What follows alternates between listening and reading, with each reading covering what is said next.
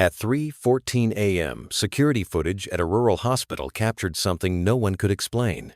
A German shepherd mud-caked, limping, bleeding from one paw, stumbled through the automatic doors. In his jaws was a child. Not barking, not panicking, just walking, as if this was the final step of a mission only he understood. The nurses froze. For half a second, they weren't sure if what they were seeing was real. The girl was unconscious, hypothermic, covered in bruises, but alive. What followed stunned not just the hospital staff, but an entire nation. Because this wasn't a stray dog. This was a ghost from someone's past, a protector once believed lost. And the girl? She hadn't spoken in days, until she whispered, "That's Chase. He came for me." And he did. What happened in the woods remains one of the most haunting and miraculous stories ever recorded. A child left for dead, a dog that defied every odd to find her, and a bond born long before the rescue. You won't believe how far he carried her or why he refused to stop. The morning had started like any other at Gracefield General Hospital, controlled chaos wrapped in fluorescent light. The ER buzzed with urgency, the kind of rhythm only seasoned medical staff could dance to. Nurses weaved between stretchers like practiced threads in a loom. Pagers crackled. Heart monitors beeped. The smell of antiseptic lingered in the air like a second skin. A child with a broken arm screamed from room 2. A trauma code blared over the intercom. A doctor cursed softly as she dropped her clipboard, the papers fluttering like exhausted birds onto the linoleum. At the front desk, receptionist Julia Nguyen hadn't looked up from her computer in 15 minutes. Insurance codes, intake forms, flu season was stretching everyone thin. She rubbed her temples and sighed. Another Monday. Then it happened. The whoosh of the automatic doors opening barely registered at first. No one looked up. It was a hospital. Doors opened all the time. But then came an odd sound. Not the wheels of a stretcher. Not the rush of footsteps. Not even the shuffle of a delivery cart. What broke the rhythm was silence. And then a collective intake of breath. Someone gasped. Another dropped their clipboard. Julia looked up. There, standing in the middle of the lobby, framed by the sliding glass doors still whirring behind him, was a German shepherd. Large, powerful, dirty, muscles taut, chest heaving. But that wasn't what made people stop. It was what he was carrying. Strapped across his back, using some kind of torn shirt or makeshift binding, was a little girl. Her arms dangled limp. Her head lolled to one side. A slash of blood running from her temple to her chin. Her dress was torn, streaked with dirt and blood. She couldn't have been more than 6 years old. No one moved. Even the monitors on the wall seemed to pause. The dog took one more step forward. The sound of his claws clicking against the polished floor echoed like gunshots in the quiet. A nurse at the far end of the desk dropped her pen. A paramedic paused mid-bite of his bagel, frozen like a statue. A patient in a wheelchair started to cry softly. And yet the dog didn't growl, didn't panic, didn't bark. He simply stood there, like a sentinel from another world, eyes locked on the desk in front of him. He looked aware, almost intentional. His breathing was heavy but steady, his shoulders rising and falling with quiet control. He didn't shake off the burden on his back. He bore her as though he understood exactly how fragile she was. Dr. Eric Maddox, head of emergency services, stepped out of trauma room 3 and stopped cold when he saw the scene. "What the hell?" he whispered. Someone finally muttered, "Is this a prank?" But no one laughed. The temperature in the room seemed to drop. Time didn't just slow, it cracked. The little girl stirred, barely, a twitch of her fingers. Her head lolled again. The German shepherd took another step forward. At last, someone moved. Abby Monroe, charge nurse on duty, stepped out from behind the desk with careful slowness. Her hands were up like she was approaching a wild animal, but her eyes were locked on the child. The dog growled low, guttural, not threatening, but firm, like a warning or maybe a plea. His stance widened, protective, eyes flicking between Abby and the bundle on his back. "It's okay," she whispered, heart pounding so hard she could feel it in her teeth. "I'm here to help." The dog held still. Another second passed. Then he stepped back, Just one step, but it was enough. Abby moved forward and reached for the girl. The child's body was alarmingly light, cold, damp. She was bleeding from multiple abrasions and bruised from neck to knee. Abby felt something twist inside her chest. "Trauma! Now!" she shouted, turning toward the double doors. Chaos returned like a thunderclap. 2 gurneys rolled in from opposite ends. Staff flew into motion. Dr. Maddox barked orders as the trauma team surrounded Abby and the child. One nurse tried to ask questions, but no one had answers.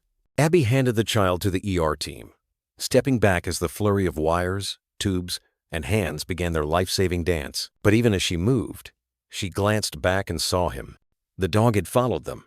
The sliding doors to the trauma unit were wide open, but a security guard stepped forward, arms raised. Whoa, buddy, you're not going in there." The dog stopped, tensed. His ears perked. A short whine escaped his throat. Another nurse, her face pale but resolute, stepped in. "Let him stay. He brought her here. He's not leaving now." The guard hesitated.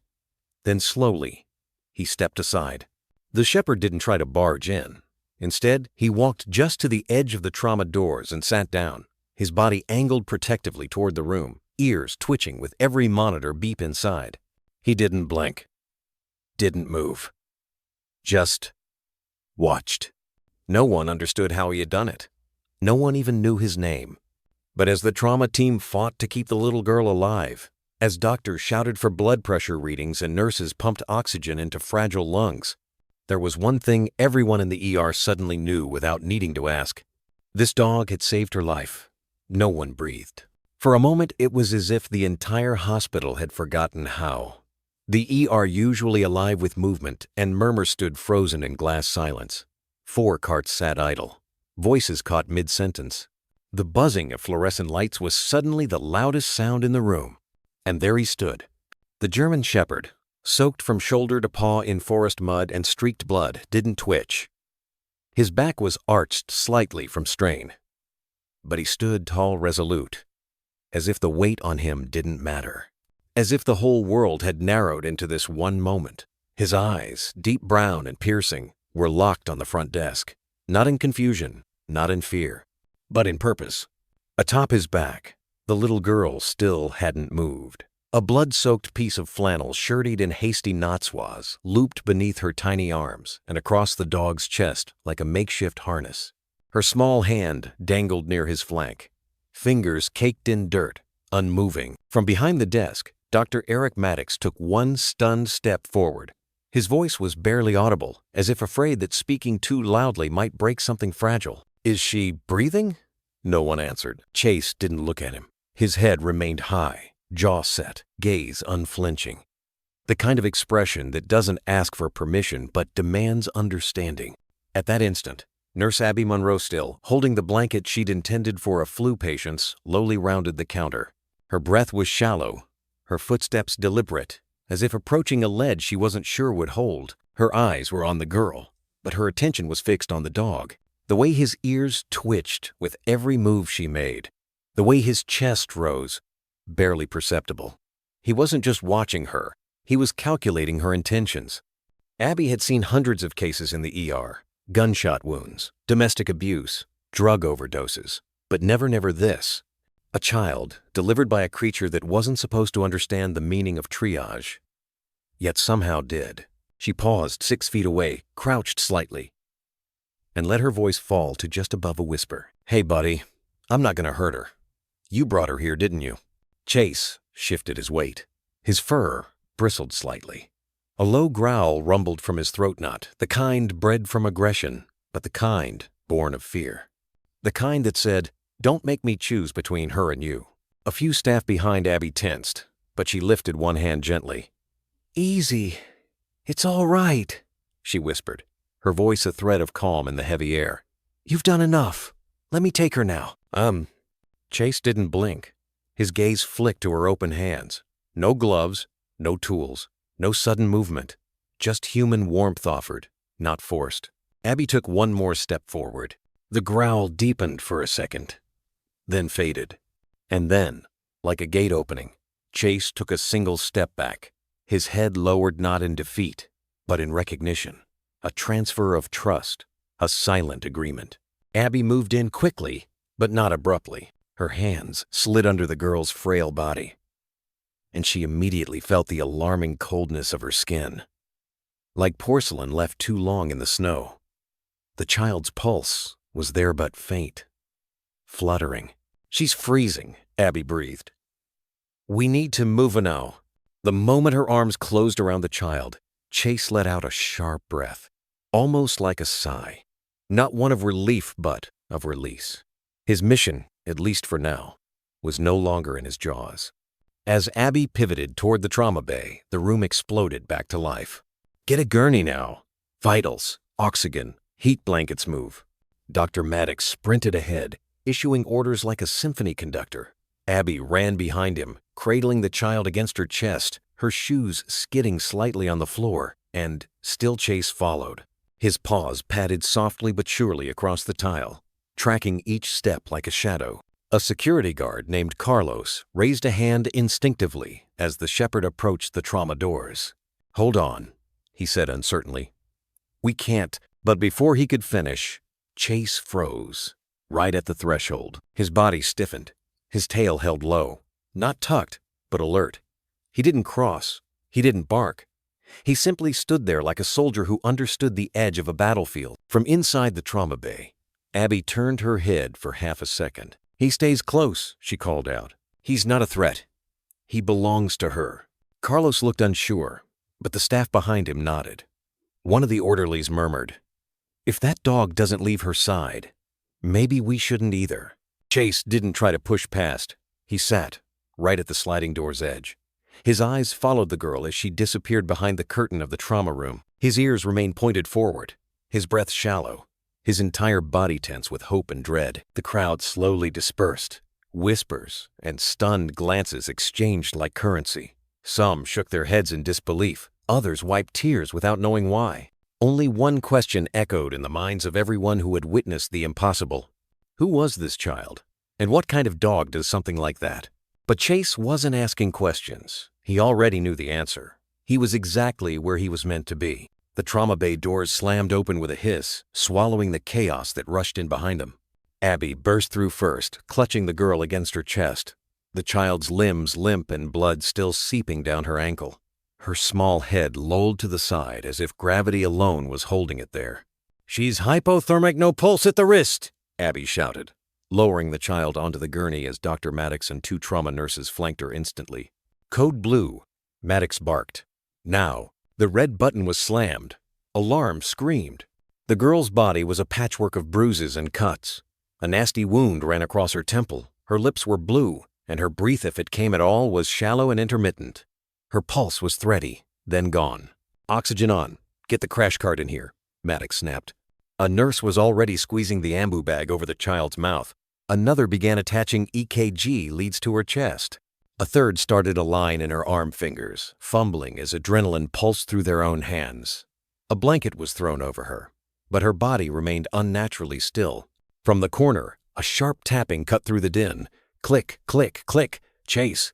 His nails tapped rhythmically against the tile as he paced back and forth in front of the glass divider, eyes never straying from the child on the table. With every sudden movement inside, he flinched. With every beep from the monitor, his ears perked, and when the flatline tone screamed briefly before stabilizing again, he froze, his head cocking with a low, questioning whine. In the hallway, a young security officer, new to the job, nervous, stepped in his way.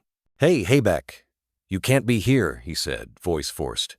But Chase didn't back down. He didn't growl, didn't bark. He simply stood there, nose inches from the glass, body quivering like a taut wire. His breath fogged the window, and his eyes pleaded, not with aggression, but with fear, desperation, understanding. From down the hall, Nurse Helen, a veteran with graying hair and a spine of steel, stepped up and laid a firm hand on the guard's shoulder. "He's with her," she said simply. "Let him be." The officer hesitated, but something in Helen's voice made him step aside. Chase didn't move toward the door again. He'd made his point. Instead, he resumed his vigil sitting this time, but never relaxing. The muscles in his shoulders were still drawn. His tail twitched. his breathing shallow. Inside the trauma bay, Dr. Maddox leaned in close to the child, listening to her chest. His brow furrowed. "She's in bradycardia," he muttered. "BP's crashing. We're losing her. Push fluids. They're already in. Get her core temp up.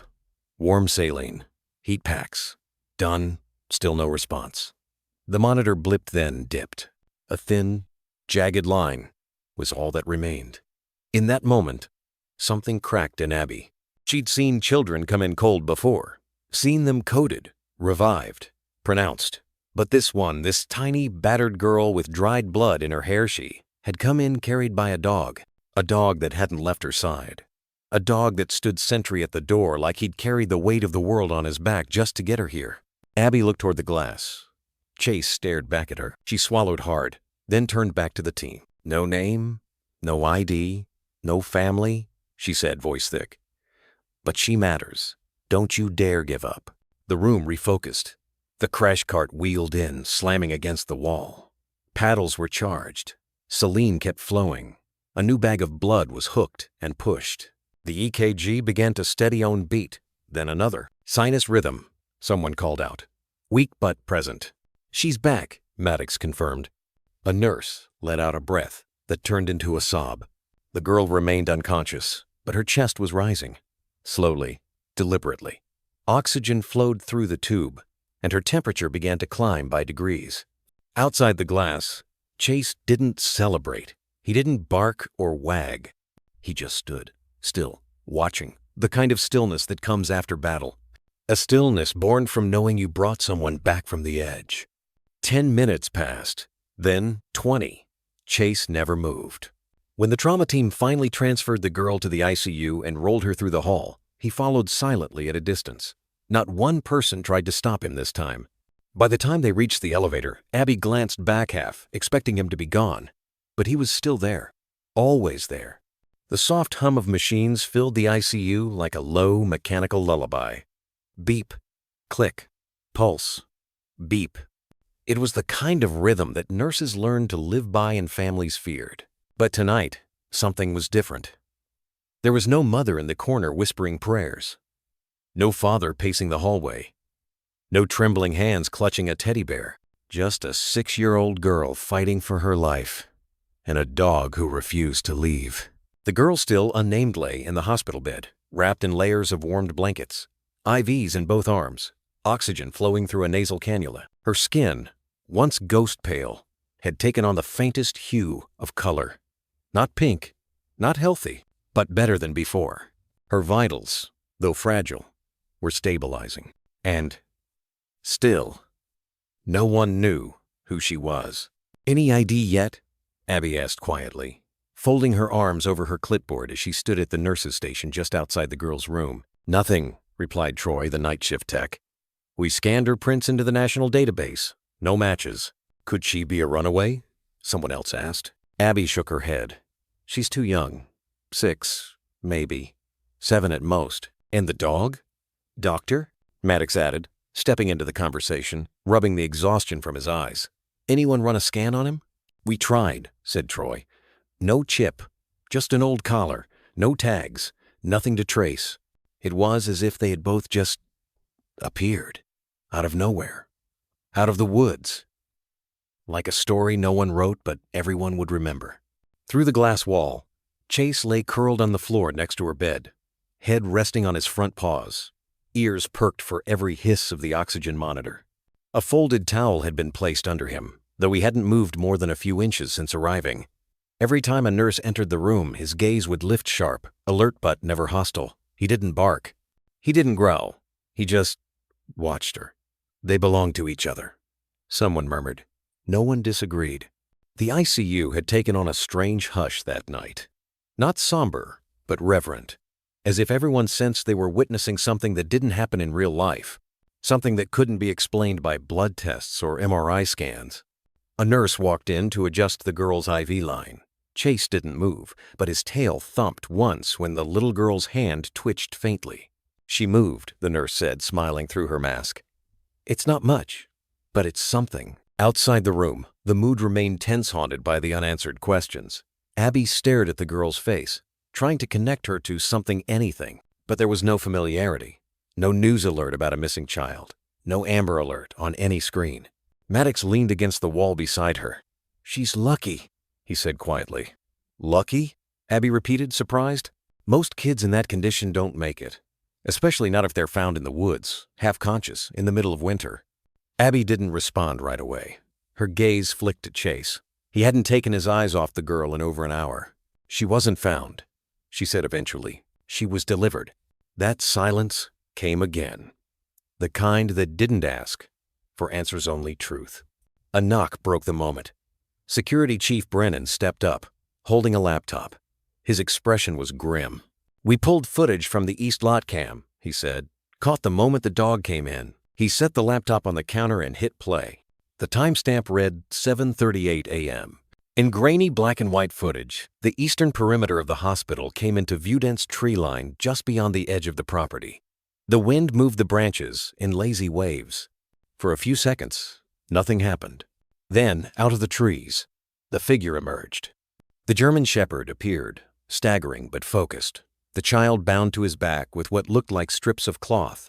His movements were slow, heavy, but every step was deliberate, not aimless. He was moving towards something toward here. He passed 2 parked cars, paused briefly at the curb, waited for the automatic doors to part. And then, like some wounded soldier carrying a fallen comrade, he walked straight into the hospital without hesitation. The footage ended. No one said a word. Chief Brennan ran a hand through his gray hair. "That dog didn't wander in. He chose this place." Maddox exhaled slowly. "How far out does that tree line stretch?" "County property, mostly," Brennan replied. "Pine Hollow Reserve backs up against it. A few cabins, some trails, but nothing official. We've sent a request to the park rangers to start a sweep at first light." "Someone has to be looking for her," Abby said, her voice tight. "There has to be a family out there, a parent, someone." But her words hung hollow in the space between them. No alerts, no missing persons reports, no frantic parents storming the ER. Just a silent girl with no name, and a dog who had carried her through hell. As midnight crept over the ICU wing, one thing became clear. They hadn't stumbled into a tragedy. They had stepped into a mystery. And the only one who knew the truth was lying unconscious, while the other had 4 legs, a broken collar, and the patience of a guardian who refused to leave her side. The ICU lights had dimmed for the night, but no one truly rested. Not the staff, not the monitors, not the dog who hadn't blinked in over an hour. Chase lay like a statue on the linoleum, his body coiled but quiet, ears twitching every few seconds in response to the rhythmic hum of machine. His eyes never left the child in the bed, like her breath was his signal to stay alive. Nurse Lana Whitmore, newly transferred from pediatrics, watched him from the hallway window with a look halfway between awe and concern. "You'd think he was trained," she muttered under her breath, stepping quietly into the room. "But nothing about him," says K9 unit. She crouched slowly, one knee cracking as she settled beside him. Chase didn't flinch. His gaze flicked to her briefly, then back to the girl. Not a challenge, not a threat, just a gentle reminder. "I see you." Lana let her hand hover inches from his fur. "Hey, sweetheart," she whispered. "I'm just gonna take a look. Not gonna hurt you, promise." "He's an..." Her fingers reached for his collar, cautious, slow, every movement measured like she was defusing a bomb. The leather was cracked and worn, the kind of old that came from years in the sun and rain.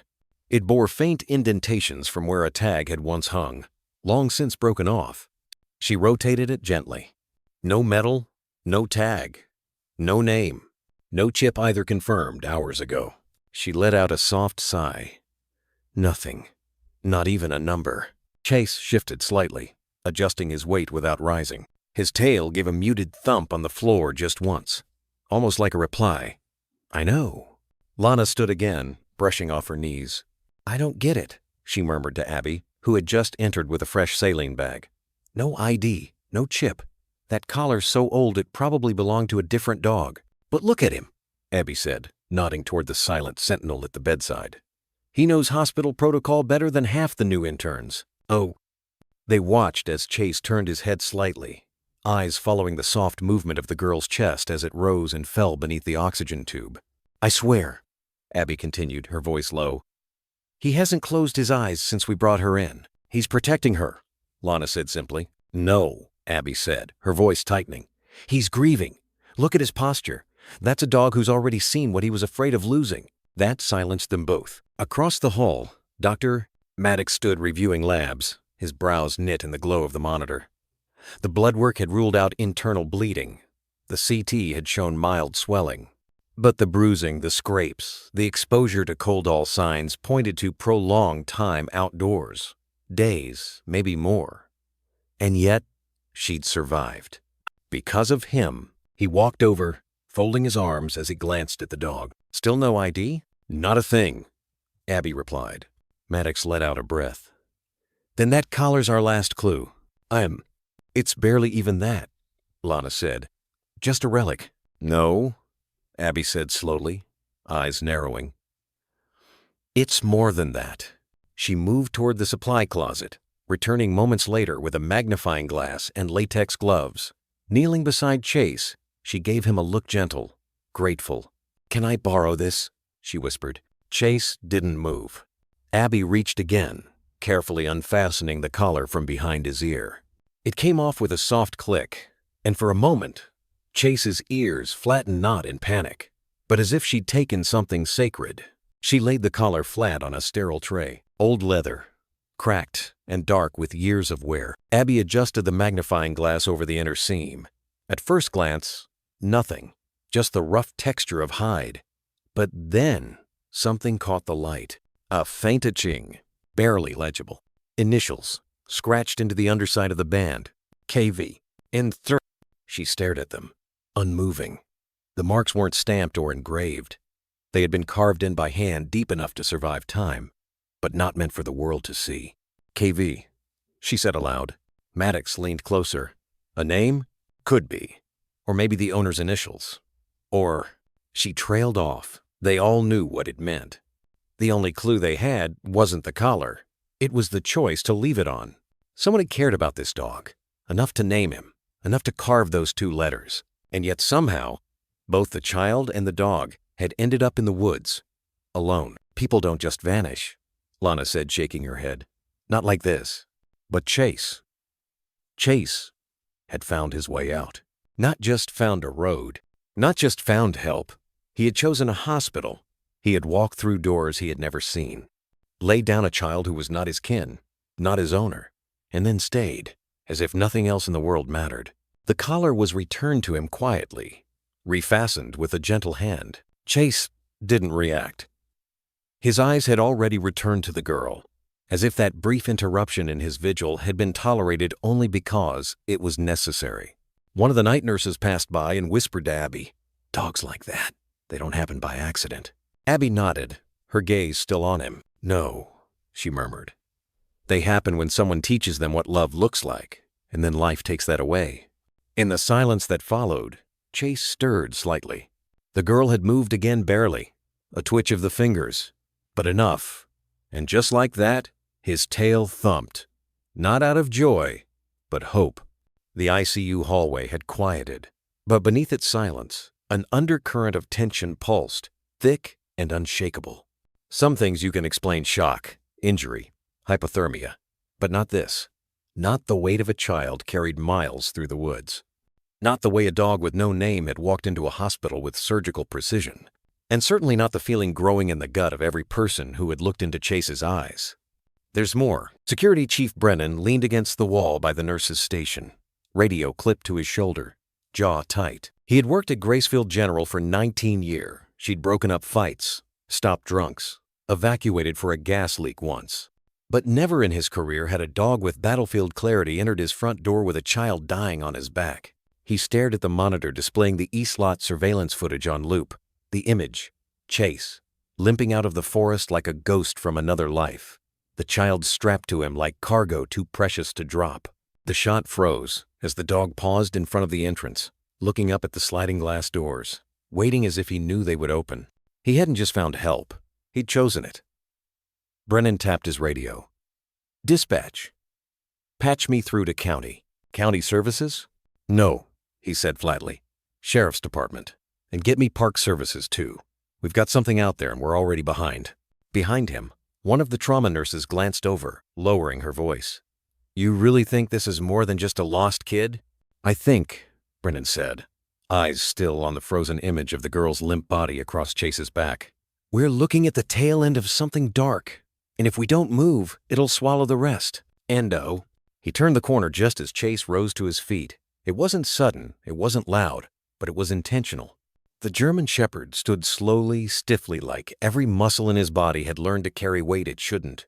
His eyes locked onto Brennan as if he recognized the shift in energy, like he knew someone had finally said the words that needed saying. Brennan paused mid-step. "Yeah," he muttered. "You feel it too, don't you?"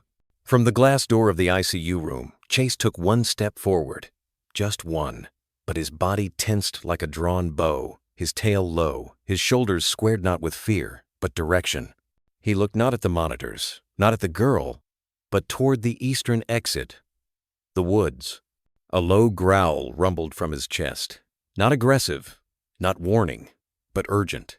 Abby, coming up from the supply room, stopped beside Brennan. She saw the way Chase's entire frame leaned, just slightly, in the direction of the tree line beyond the hospital walls. "He wants to go back," she whispered. Brennan gave her a sidelong glance. "Go back where?" "The place he brought her from." At that moment, his radio crackled. "Sheriff's Department here. Go ahead, Gracefield." Brennan lifted the receiver. "We've got an unidentified child, female, roughly 6 years old, found inside our facility this morning. No ID. No match on missing persons. She was carried in on the back of a German Shepherd. Surveillance confirms he emerged from the eastern tree line adjacent to Pine Hollow Reserve." A pause. Then, "Wait, did you say the dog carried her?" "That's correct." Another voice cut in Park Services patched through. "You said Pine Hollow? That entire stretch is off trail. No residences in that grid for at least 2 miles. You sure the dog came out from there?" "We've got it on camera," Brennan said. "He didn't wander. He navigated." "Copy that. We'll deploy a unit. What kind of condition is the girl in?" "Stable for now," Abby responded quietly, even though she wasn't officially on the call. "But she wouldn't have survived another hour out there." Chase's ears twitched at the sound of her voice. He turned his head slightly, just enough to glance back at the room where the girl lay, still unconscious beneath the tangle of tubes and warm blankets. And then he looked forward again, toward the woods. "Still. Waiting." Abby's voice softened. "I think he wants us to follow him." Brennan let out a short breath. "It's not procedure to take orders from a dog." "No," she said, folding her arms. "But it's also not procedure for a dog to save a human life and walk himself into triage." Chase took another step. The muscles in his back legs flexed. A quiet whimper escaped his throat knot, sad but restless. Urging. A call to action. "He brought her out," Abby said. "And he's not done." Brennan stared at him for a long second, then nodded toward the east exit. "I want eyes on that trail in the next 10 minutes. I don't care if it's rangers, sheriff's deputies, or the whole damn National Guard." He turned back to Chase. "You're not just a witness," he muttered. "You're the only one who knows what's out there." Chase stood motionless, ears forward, chest rising and falling like a silent drum. It wasn't over. Not yet. The morning light was slow to rise over Pine Hollow Reserve. Fog clung to the trees like something reluctant to let go.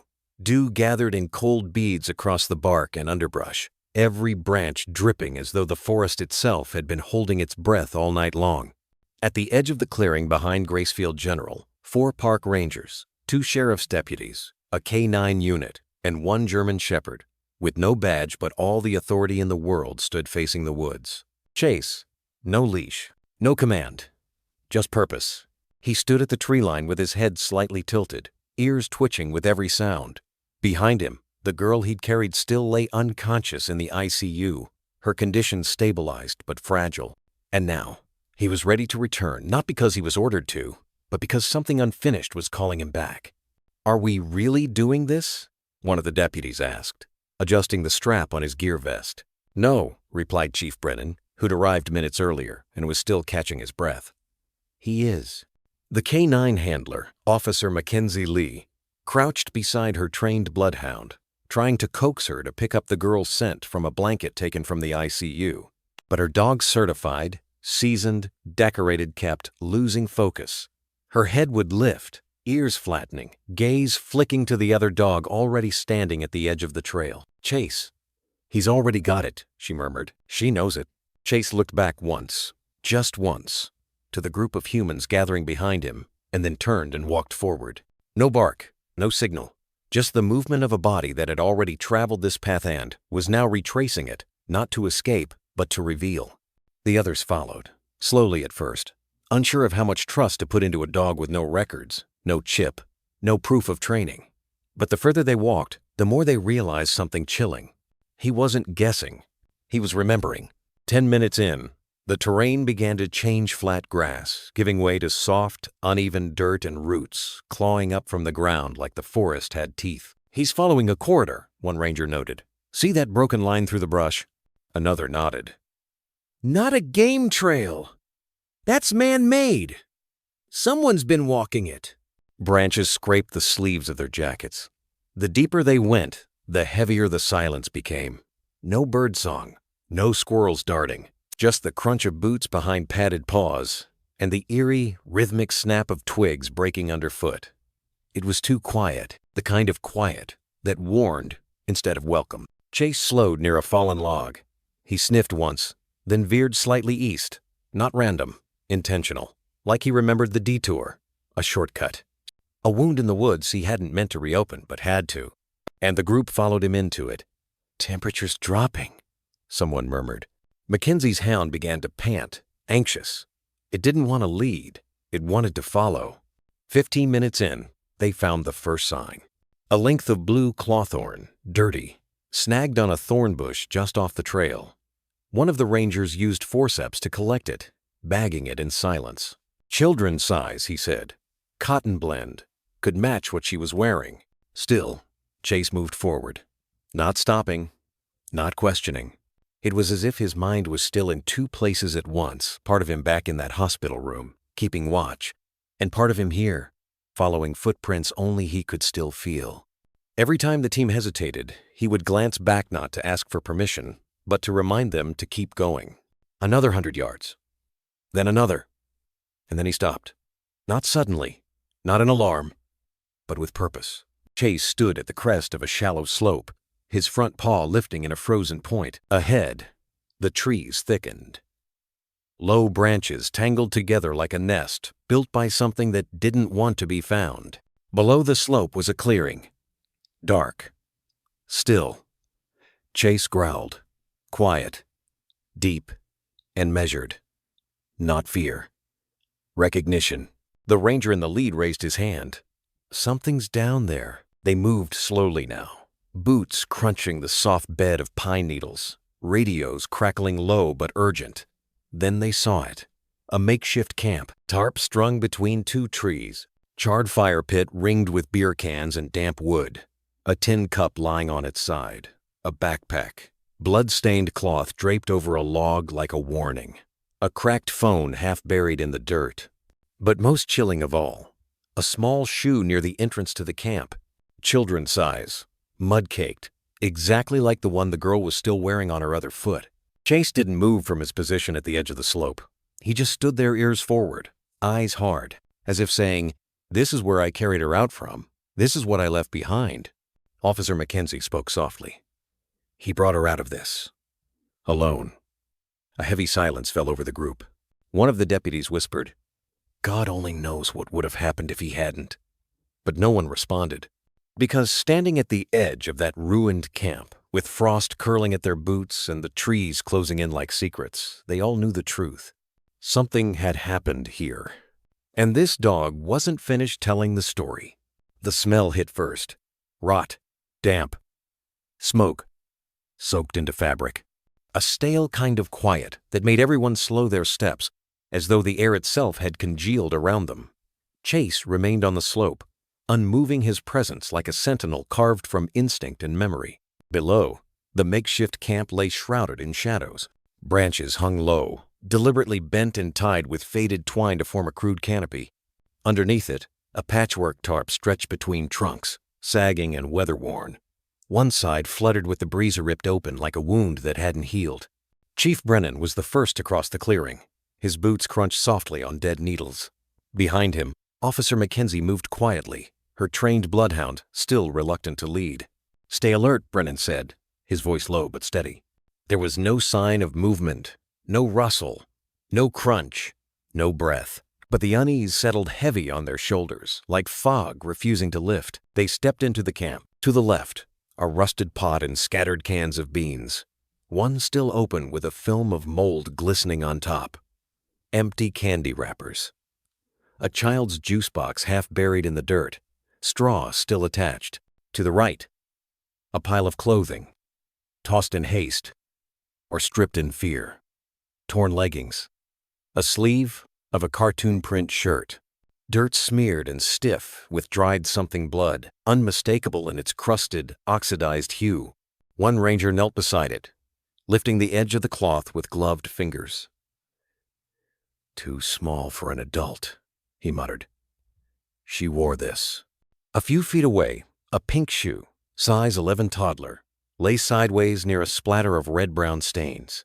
The other shoe, they remembered, was still on the girl's foot when Chase carried her in.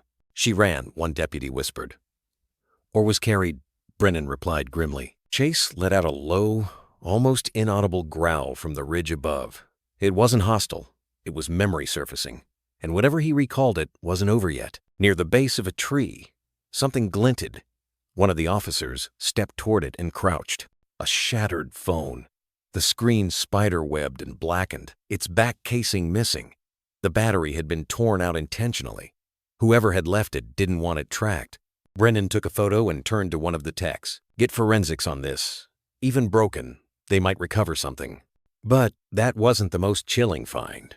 No, that came when Ranger Torres peeled back a rain-soaked sleeping bag shoved under a mound of branches and found a bloodied cloth twisted tightly like a tourniquet or a gag. He held it up without speaking. No one needed words. The weight in their throats said enough. Mackenzie finally broke the silence. "She was here, and she wasn't alone." "Oh?" Her voice cracked slightly on the last word. The wind picked up, just a whisper of it. Enough to stir the tarp and the treetops above, revealing claw-like scratches etched into the bark marks made by small hands, or something desperate. Someone had tried to hold on, or escape. Chase descended then, slowly, deliberately. Every eye turned to him as he approached the center of the camp and paused near the pink shoe. He lowered his nose, breathing in like a search dog, but like a creature trying to anchor itself to something invisible. Then he lifted his gaze toward the far tree line, and he barked. Once, short, sharp, not panic, not alarm. A direction, as if to say, "What you're looking for isn't just here, it's out there." "Jesus," muttered one of the younger deputies, stepping back. "How long was she here?" No one answered. But the silence screamed back. Chief Brennan stepped aside, dialing his radio. "We need a wider grid," he said. "Double perimeter, full sweep west of the ridge. There's more here. There has to be." Mackenzie crouched beside Chase, who sat now, his flank rising and falling with deep, focused breaths. She looked into his eyes, those amber eyes that saw something the rest of them couldn't. "You didn't just find her," she said under her breath. "You protected her." Chase looked at her for a moment, then gently nudged her hand with his nose. His touch wasn't frantic. It was measured, precise. Like a nudge from someone saying, "Time's not on your side." One of the rangers called from the trees. "Footprints, small, heading away from camp. But there's another set, larger, older, deep treads. A dual path. One escape, one pursuit. Someone else had been here. And maybe still was." As the others began to fan out, marking tracks and taking samples, Chase moved again, circling once more, then facing the thicket to the west. He didn't growl this time. He just stared, fixed, unflinching, as if the woods themselves held a secret he wasn't sure they were ready to uncover. But one thing was certain. He was. The clearing was no longer just a camp, it was now a crime scene. Yellow markers dotted the earth like silent sentinels. Numbered. Cold. Unforgiving. Photographs clicked from every angle. The low whir of the forensic camera shutter echoed like a heartbeat in the quiet tension. Gloved hands moved methodically, lifting, bagging, labeling. But behind every measured movement was a current of rising urgency. Because this wasn't just aftermath, it was unfinished. Officer Mackenzie crouched near the base of a tree where the bark had been scraped in wild, uneven strokes. She reached out, brushing her gloved fingers along the grooves. "Struggle marks," she murmured. "Small height. Maybe she was tied here." The implication made her throat tighten. Behind her, Ranger Torres marked boot prints leading away from the camp. The tracks weren't old. Moisture still pooled faintly inside the impressions. They were recent within the last 24 hours. One set was small, bare likely the girl. The other, military-style tread, Torres said. Heavy boot, deep sink. He was carrying weight or injured, and he didn't want to be followed. Chase paced along the outer edge of the site, nose twitching, body taut. He kept circling, as if searching for something just out of reach until he stopped near the shattered phone. He barked once, low and short. Mackenzie approached, curious. She looked down again at the broken device. This time, something caught her eye wedged in the dirt just beneath the corner. A piece of plastic, blue, frayed. She bent down and pulled gently. It was a child's bracelet. Rubber, decorated with fading unicorns and stars. One end was stretched and torn, the kind that came in party goodie bags. Meaningless to most, but not to a child. She held it in her palm for a long moment. "This doesn't feel like they were camping," she whispered. "This feels like they were hiding." The tech team continued their sweep. Beneath a pile of leaves, someone found another cloth-dark, thick, partially buried, blood-stained and scorched on one side. A field dressing, Torres muttered under his breath. "Makeshift first aid. Someone got hurt bad." "Was it the girl?" Mackenzie asked. "No," Torres said grimly, holding up the cloth. "Too much blood. Too big of a rap. Adult." Chase growled softly from behind them, ears perked. He wasn't barking at anyone, just listening, responding to memory. Instinct. The lead forensic analyst, Soren, walked over with a sealed evidence bag. "We found this wedged inside the tarp folds." Inside was a map, crumpled, water-damaged, circled with red ink. The hospital was marked. So were two other locations, a ranger station and a section of the forest labeled Black Hollow. Brennan stared at it for a long time. This wasn't random. They were headed somewhere. Or running from someone, Soren added. Tension thickened. It was as if the forest around them had been holding its breath, and now, with each new discovery, it exhaled just a little more of the story. A ranger whistled sharply from across the camp. "Over here!" The team rushed over. Near the edge of the clearing, under a mound of freshly disturbed dirt, they found it. A shallow grave half, dug, abandoned. Inside, not a body, but belongings, stuffed hastily. A backpack, children's clothing, crumpled drawings, crayons snapped in half, and tucked inside a side Pokita photo. Mackenzie pulled it out and held it up against the sunlight filtering through the trees. A picture of a man and a little girl, smiling, arms wrapped around each other. A background of mountains behind them. The girl's smile was unmistakable. It was her, the same girl now lying in a hospital ICU, fighting for her life. But the man, not yet identified. There was something handwritten on the back of the photo, faded but legible. "To brighter days. Love always, Dad." A silence fell over the team as the weight of that word Dad settled. If he had been with her, he was either the protector or the reason they were running, or both. Chase whined quietly. He sat beside Mackenzie now, eyes fixed on the photo like it meant more to him than they could grasp. She looked down at him. "You knew him?" The dog said nothing, of course. But the way he didn't move, how his eyes locked onto the face of the man in the picture, was answer enough. Something stirred in Chase's posture. Not grief, not fear, recognition. The radio crackled. "Perimeter team reporting in," came a voice. "We've got movement near Black Hollow. Tracks heading southeast. No visual yet, but something's out there." Brennan turned to Torres. "Gear up. Move now. Take Chase." Chase stood even before his name was spoken, tail still, head high. The story the evidence told was clear. Now, this wasn't an accident, not a lost hiker, not a child who wandered. It was a flight, a desperate escape, Someone had tried to shield her, had given everything to do so, and Chase, the one left behind, had carried the mission forward. Now, as the sun dipped behind the treetops and the light thinned to gold, the urgency surged again. This wasn't over. It had only just begun. The hallway lights had dimmed to a hush of amber, casting long shadows across linoleum floors, still smelling faintly of antiseptic and sorrow. It was nearing midnight in the pediatric ICU, and the world outside had gone quiet.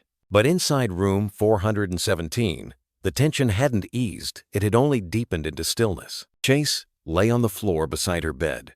Not at the foot, not across the room, but close touching his side, pressed gently against the lower rails of the hospital bed, where the girl lay motionless, her skin pale beneath the flickering heartbeat of the monitor. He hadn't moved since they let him in, hadn't eaten, hadn't drunk, barely blinked.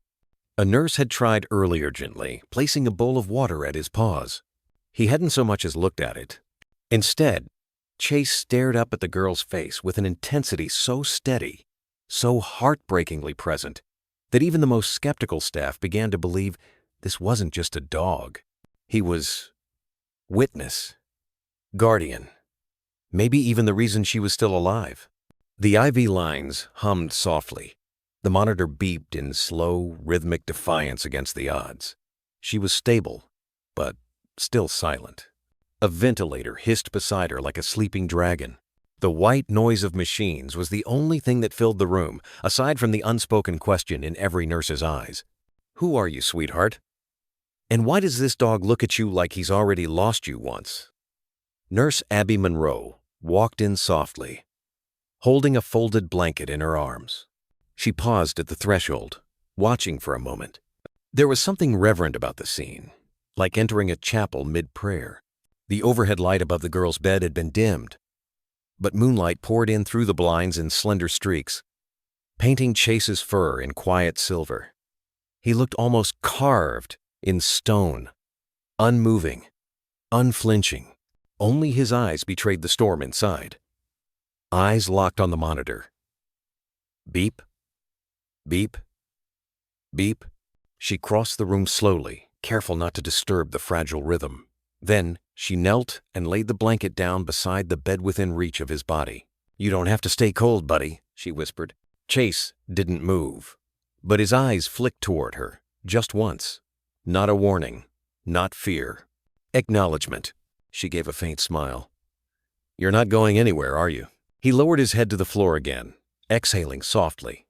The kind of sigh you only hear from a dog that's known war, something that felt like it. Abby stayed for a moment longer, brushing a strand of hair off the girl's forehead, careful not to disturb the leads and tape. "She's fighting," she whispered, more to Chase than to herself.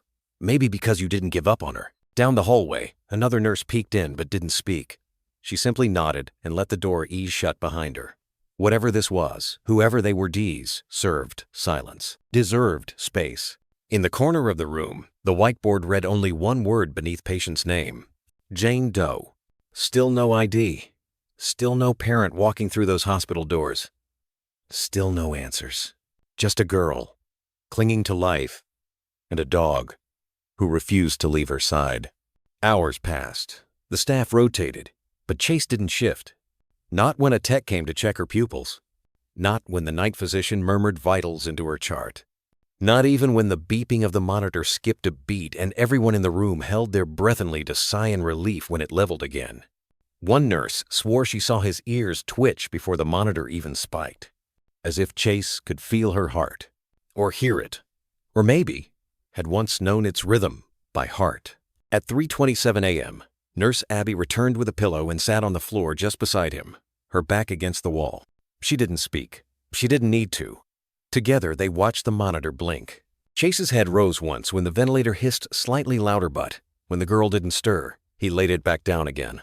His breathing matched hers, slow, measured, vigilant. Somewhere in the depths of his memory, beyond words, beyond language, he remembered the weight of her in his jaws, the way her hair was tangled with pine needles, the blood near her temple, the silence around them, broken only by the sound of his own racing heart as he carried her out of the woods. He hadn't looked back, only forward, to the lights of the hospital, to the chance she might live. Now, He waited in stillness, as if afraid that if he looked away for even a second, she might slip away, and he would fail her. Again, the monitor beeped. Soft, steady, hopeful. And Chase watched it, eyes open, refusing to sleep, because to him, sleep was surrender, and he hadn't brought her this far to give up now. The early hours of dawn crept in unnoticed, washing the ICU in soft gray light, the kind that doesn't announce itself, only exists, like breath on a mirror. Inside room 417, the machines hummed their quiet lullaby. The girl was still, pale, a fragile wisp of life beneath layers of tubes and gauze. And Chase hadn't moved. His head rested on the edge of the bed rail now, as close to her hand as the IVs would allow. His ears flicked occasionally, but his body remained motionless, watching, waiting, loving her in silence. Through the small window in the ICU door, 2 nurses paused. They weren't on shift for her unit, but they'd heard the story: the dog from the woods, the girl with no name, the miracle no one could explain. And now, they just stood there. Quiet, hushed, reverent. Nurse Abby Monroe was inside already, adjusting a monitor line when she noticed them. She gave a faint nod, barely perceptible, then whispered, as if the girl could hear her. "It's okay. They just want to see." The door eased open, letting in a faint creak and 2 uncertain steps. One of the nurses pulled out her phone slowly, hesitating like she was in a sacred place. "I shouldn't," she murmured. But Abby gently placed her hand on the woman's wrist. "Take it," she said. So she did. A soft shutter sound, muted. Click. Chase didn't flinch. Click. He stayed exactly as he was, head resting by the girl's hand, chest rising and falling in time with the ventilator beside her. The photo would show everything without needing words. A weathered German shepherd, dust and forest still clinging to his fur. An unconscious girl, bruised but alive, fingers barely curled, and the space between them gone, as if he had anchored her to this world by will alone. Behind them, the new intern Jasmine, fresh out of med school, still wearing her name tag like it meant she belonged, pressed her fist into her mouth. Her eyes had been glassy since the night shift started, but now they overflowed. She turned away at first, trying to keep it together, but then she folded in on herself by the wall and let go. Her shoulders shook in quiet sobs, the kind that you try to bury behind professionalism but never quite can. Nurse Abby didn't shame her. She walked over, crouched beside her, and gently passed her a tissue. "He hasn't eaten," Abby said softly. "Hasn't slept. Barely blinked." Jasmine sniffled, wiping her eyes. How does he know?" Abby shook her head. "I don't think it's about knowing. I think he feels." They sat there for a moment, watching the rise and fall of the girl's chest. "I've seen trauma," Jasmine whispered. "I've seen mothers hold their dying kids. But this," she looked up at Chase, who was still unmoving, still watching over her like a sentinel sculpted from loyalty. "This feels like something older than language." Abby nodded. "It is." Another nurse entered, quieter this time. She placed a small cup of water near Chase again, just in case. He ignored it, as expected. She crouched beside him. "Hey, hero," she whispered. "You don't have to prove anything to us." Still, nothing. Just that steady, patient vigil. A few more photos were taken. Not for social media, not for headlines, for memory, for truth. Because even in a building full of broken stories and unfinished prayers, this one, whatever it was, had a weight none of them could name. And in that sterile room, with white walls and blinking monitors and early sunlight crawling across tile, something pure had taken root. It wasn't the machines keeping the girl alive. It wasn't the medicine or the skill or the science. It was him. Chase, the dog without a tag, without a name, who had carried her out of the forest, lay beside her without rest, and made even the skeptics believe, if only for a moment, that love didn't die in the dark. It crawled out of the woods, and it stayed. The world was still. Outside the ICU windows, the first threads of light crept over the horizon, barely touching the glass with their silver hush. Inside, the monitors blinked steadily in the darkened room, casting faint reflections on the sterile floor. Machines breathed for her. The girl still unnamed lay silent, suspended between yesterday and what came after. Chase hadn't moved for hours.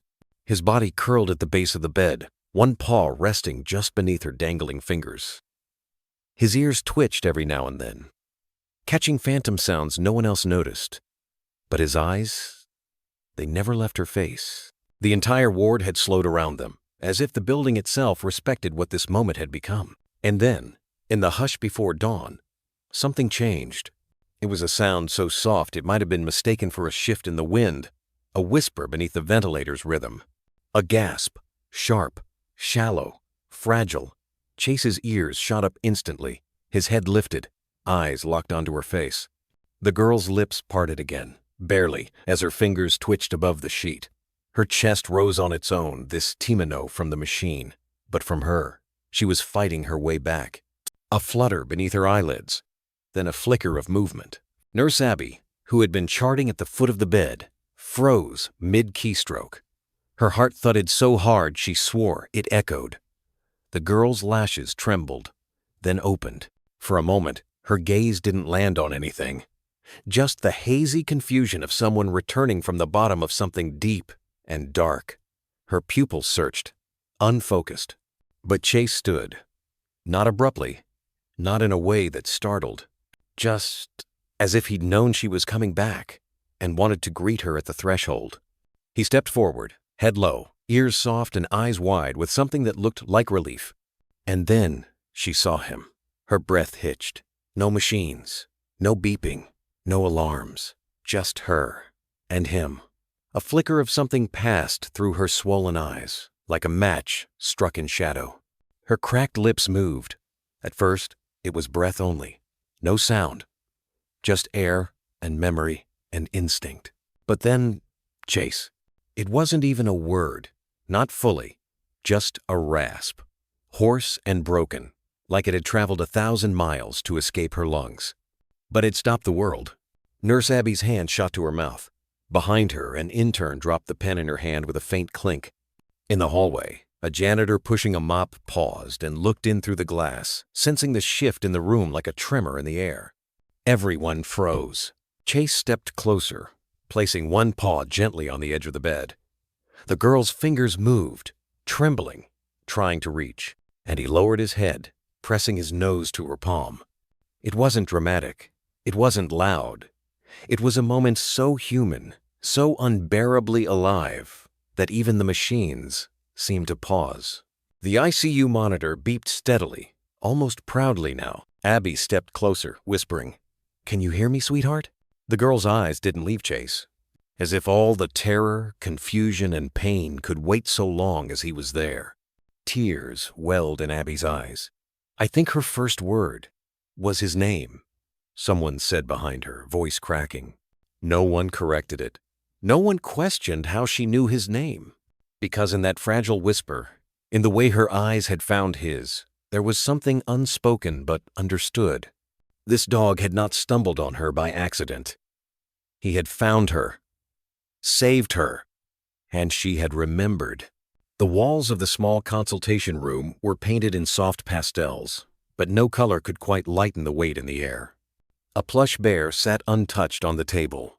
Crayons lay in a neat row beside a blank sheet of paper, but the girl didn't reach for them. She sat curled on the couch, knees tucked up, eyes distant.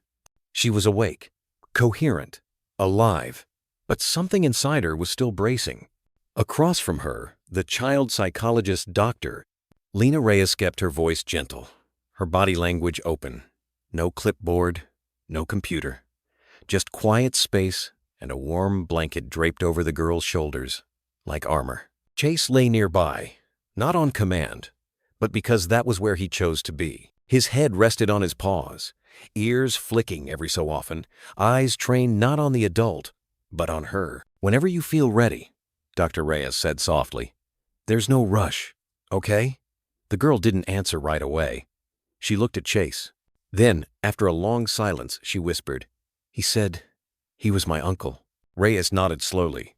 Who did? The man who took me.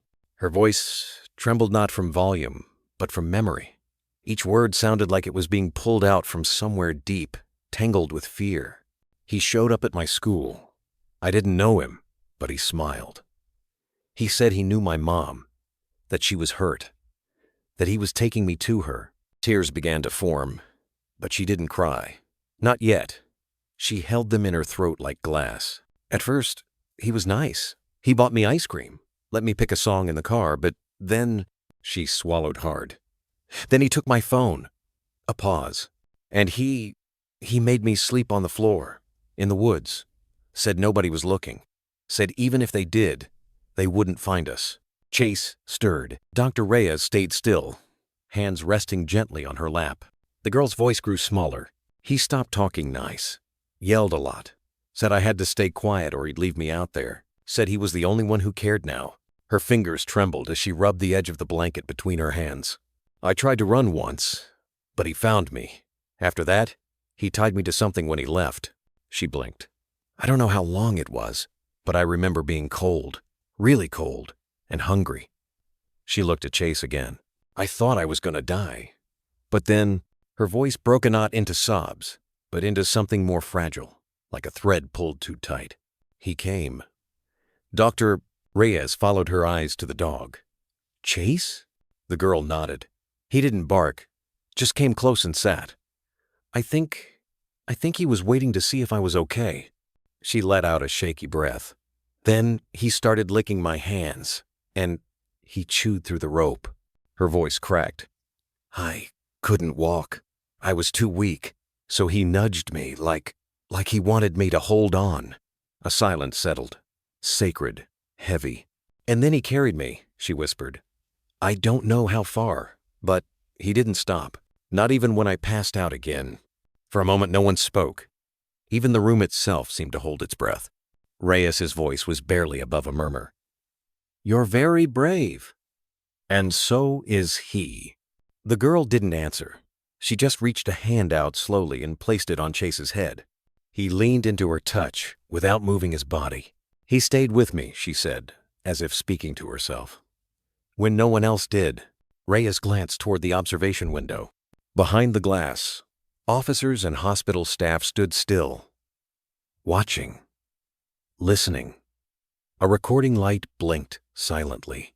Evidence was being gathered, but no footage or transcript could ever convey what was unfolding here.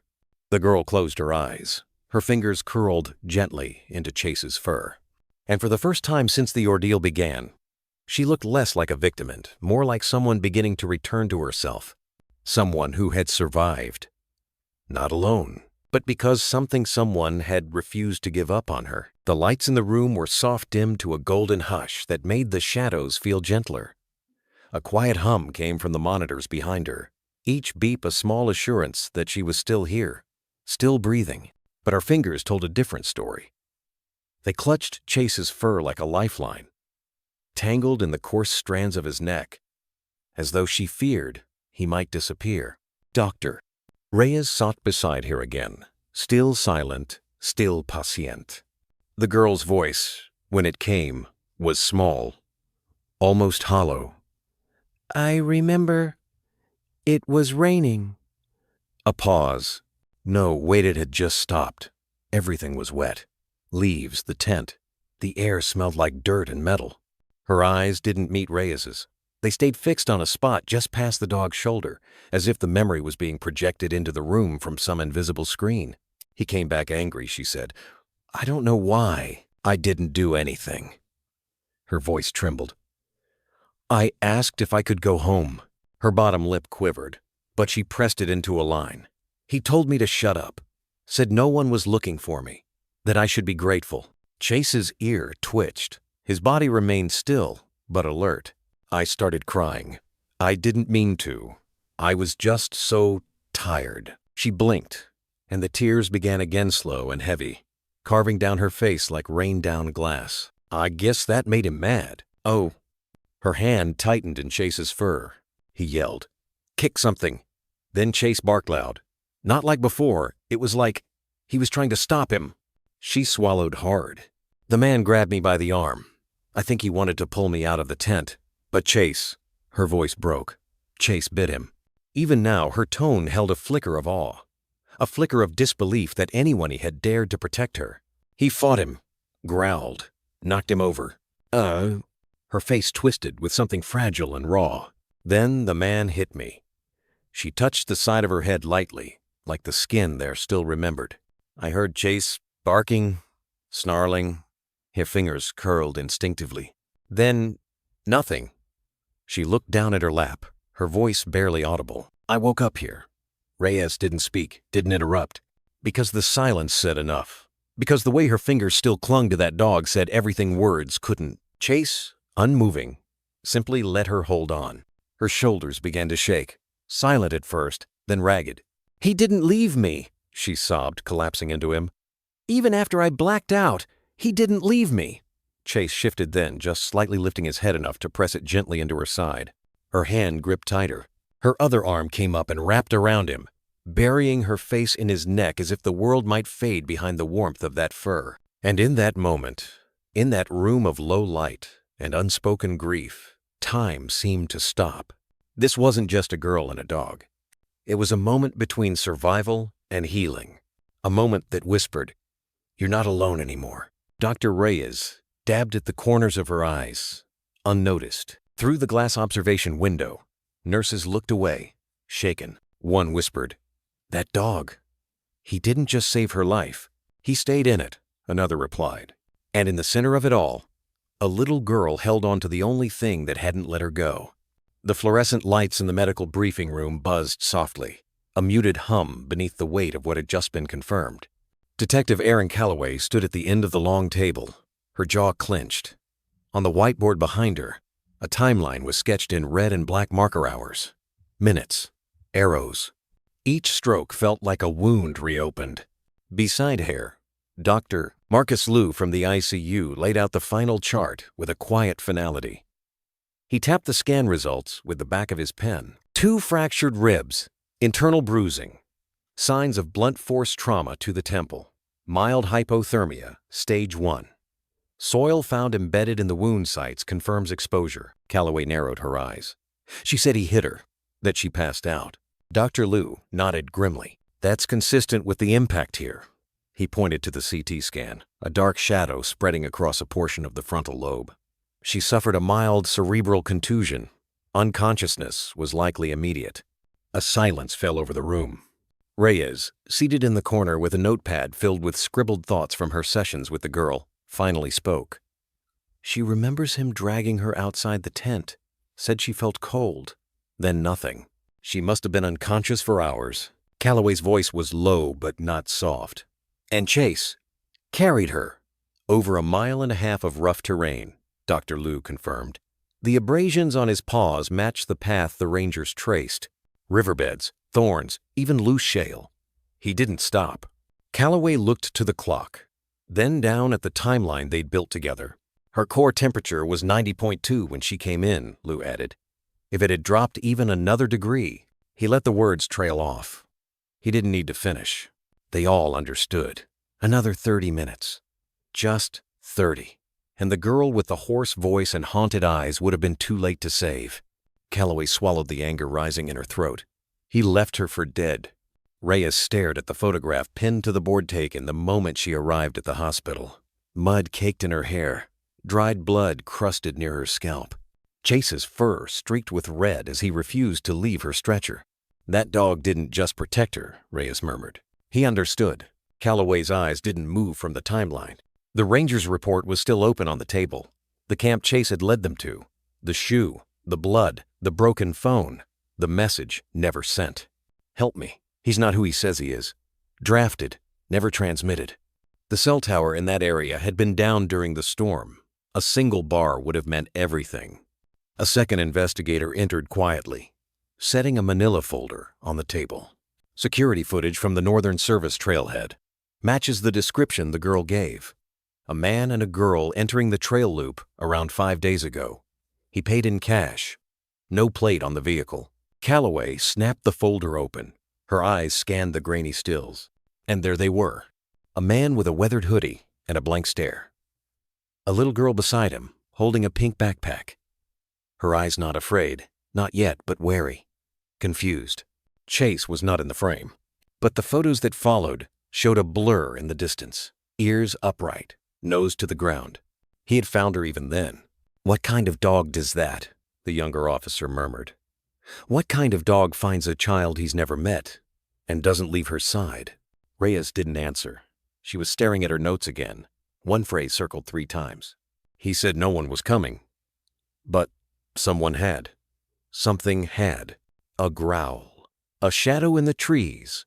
A warm body refusing to give up. Calloway set down the photos and spoke quietly. "We have her story. And we have proof it matches every mark on her body." She turned to the others in the room. This wasn't an accident. This was a pattern, a method. Lure, isolate, vanish. Lou looked up. "Do we know who he is yet?" Calloway shook her head. "Not yet.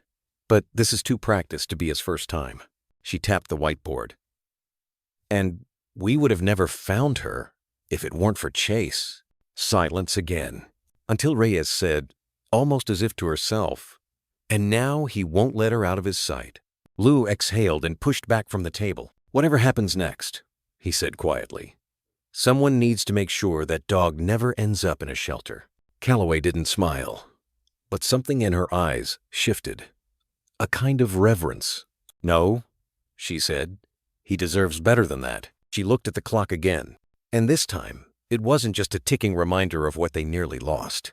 It was a countdown to what they still needed to find. Because if this man had done it before, he could do it again.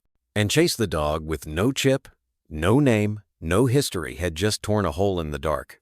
The room smelled faintly of antiseptic and coffee burned, old, forgotten, in the pot. Behind the one-way glass, Dr. Lena Hartley adjusted her wire-rimmed glasses and leaned closer to the monitor.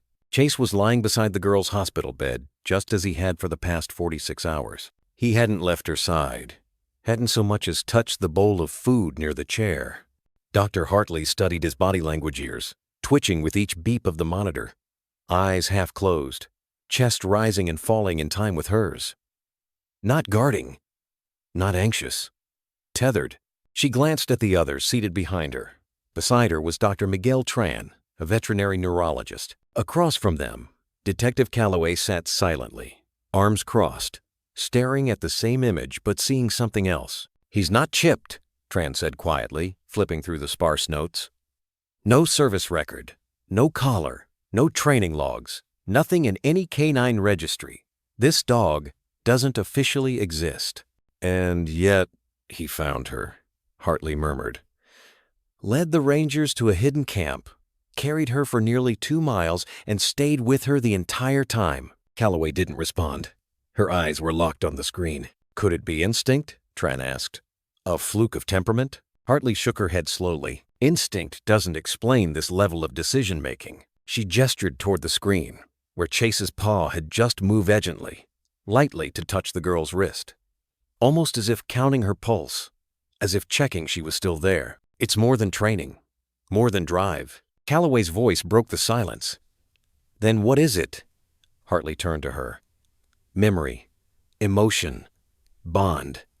She tapped the edge of her pen on the table. "Dogs can imprint in trauma. But this is something deeper." He responded to her fear. Tracked her in a storm. Refused to leave her body even when she wasn't conscious. She paused, then added softly, "It's as if he knew her pain." Calloway looked away for a moment. He wasn't supposed to be anywhere near that trail. We've had no sightings of him in town. No reports of a stray. It's like he appeared out of nowhere. Hartley considered that. Maybe he did. But I've seen war dogs track a fellow soldier across enemy lines. I've seen retired service K9S react violently to sounds from their deployment zone, sounds no human ear could distinguish. Tran leaned in. "Are you saying this dog felt her?" "I'm saying he remembered something," Hartley replied. "Not about her, specifically, but about loss, about helplessness, about what it means to be left behind." They all turned as the monitor beeped softly. The girl had shifted. Chase rose, carefully, placing his chin on the edge of her bed. His tail moved just one faint, hopeful wag. "And look at that," Hartley said quietly. "He only wags when she stirs." Calloway shook her head slowly. "How does a dog with no records, No tags, no past. Find a lost girl in a forest and stay with her when everyone else had given up. No one had an answer. But they all felt the truth pressing against the silence. This wasn't instinct. It wasn't coincidence. It was something else. Later that evening, Hartley knelt beside Chase, just outside the ICU. She didn't reach to pet him, not yet. Instead, she simply sat, letting the silence speak first. He glanced at her, then back at the door to the girl's room. "You remember something, don't you?" she whispered. Something most wouldn't believe a dog could. His ears flicked, but he didn't look at her. "I've seen this before," she continued. "Dogs who've lost their handlers. Dogs who dream at night, who wake up barking at ghosts." Still nothing. "I don't think you were just looking for her," she added. "I think you were called." She reached slowly, gently brushing his shoulder with the back of her hand. Not with words. With something older. Quieter. Chase didn't move away. And in the stillness, Hartley felt it. That invisible thread. A connection not formed in commands or routines, but in something far more ancient. Loss. Recognition. Redemption. A nurse passed by and paused. "He hasn't eaten anything since he got here." Hartley nodded. "Because his hunger isn't for food." The nurse frowned. "Then what is it?" Hartley looked at the ICU door. "Purpose." And inside the room, the girl stirred again, her small hand brushing the empty air beside her. Until Chase rose, stepped in without sound, and laid back down, nose touching her palm. The vet clinic was quiet except for the rhythmic hum of the fluorescent lights and the soft brushing of gauze against fur. Chase stood still on the examination tablinot, restrained, not coaxed, just still, as if he knew this was necessary, as if he'd endured worse. Dr. Kim Alvarez leaned down, gently lifting his front paw, her brows furrowed. "Burns," she said softly. "Not just scrape shea ran over shale and hot ground. These pads are shredded." The tech beside her winced, dabbing a soaked cotton cloth over the paw. Chase didn't flinch. Alvarez moved to his rear leg, fingers brushing his flank. Her hand paused mid-motion. "Here," she whispered. A long bruise, deep under the fur, was starting to bloom a strain from weight, from hours of endurance. She pressed gently along his spine, tight, inflamed. The kind of tension that came not from a single sprint, but from carrying something heavy for a long time. "He bore weight he wasn't built to carry," she murmured, standing straighter. "For hours, maybe more." The ranger at the doorway shifted his weight. Mud still clung to his boots from the sight. He looked like he hadn't slept in 2 days. "Do we know how far?" he asked. Alvarez walked over to a whiteboard where a map had been tapetrised with 2 thick red lines, the girl's estimated last known location, and where Chase had emerged from the forest. "Just over 6 miles, she said, but through ravine, uphill incline, and rocky terrain." The ranger's eyes followed the line. He knew the land, knew how unforgiving it was when the weather turned. And it had turn drain, wind, low visibility. He let out a breath that trembled. He never gave up on her, he said. No one responded, because it didn't need to be said. It was in the rawness of Chase's pause, in the heat-swollen muscles along his back, in the way his breathing slowed only now because now, finally, she was safe. They had to sedate him briefly to clean the wounds, but even under the medication, Chase kept turning his head toward the door, toward the scent trail she'd left behind. "He's guarding her," Alvarez said, watching the heart rate monitor. "Even in sleep, his body stays oriented toward where he left her." The ranger stepped forward. "She's in ICU, 3rd floor." "And he knows." Another tech entered, holding a small bundle. "We found this tangled in his fur." It was a piece of fabric pink, torn, stained. Alvarez took it gently. "Her shirt? Looks like it." She glanced back at Chase. "He never dropped it." The ranger exhaled slowly. "He carried her. And kept hold of that the entire time." There was a long silence, heavy with the weight of realization. Not trained, not ordered, but driven by something pure. "Animals don't do this," one of the newer techs whispered, shaken. "Not unless they're taught." Alvarez turned, her voice low but steady, or unless they choose to. Later that afternoon, Chase was transferred back to the hospital. Still drowsy, bandaged, but insistent. His tail thumped once when the stretcher passed her door. The nurse wheeled him into the room, laying out a blanket beside the bed. When he saw her, something in him shifted. He tried to rise, his body betrayed him, weak from the exertion, but his eyes locked onto hers, and for the first time since he'd collapsed, she smiled. Weak, faint, but real. "Hi, Chase," she whispered.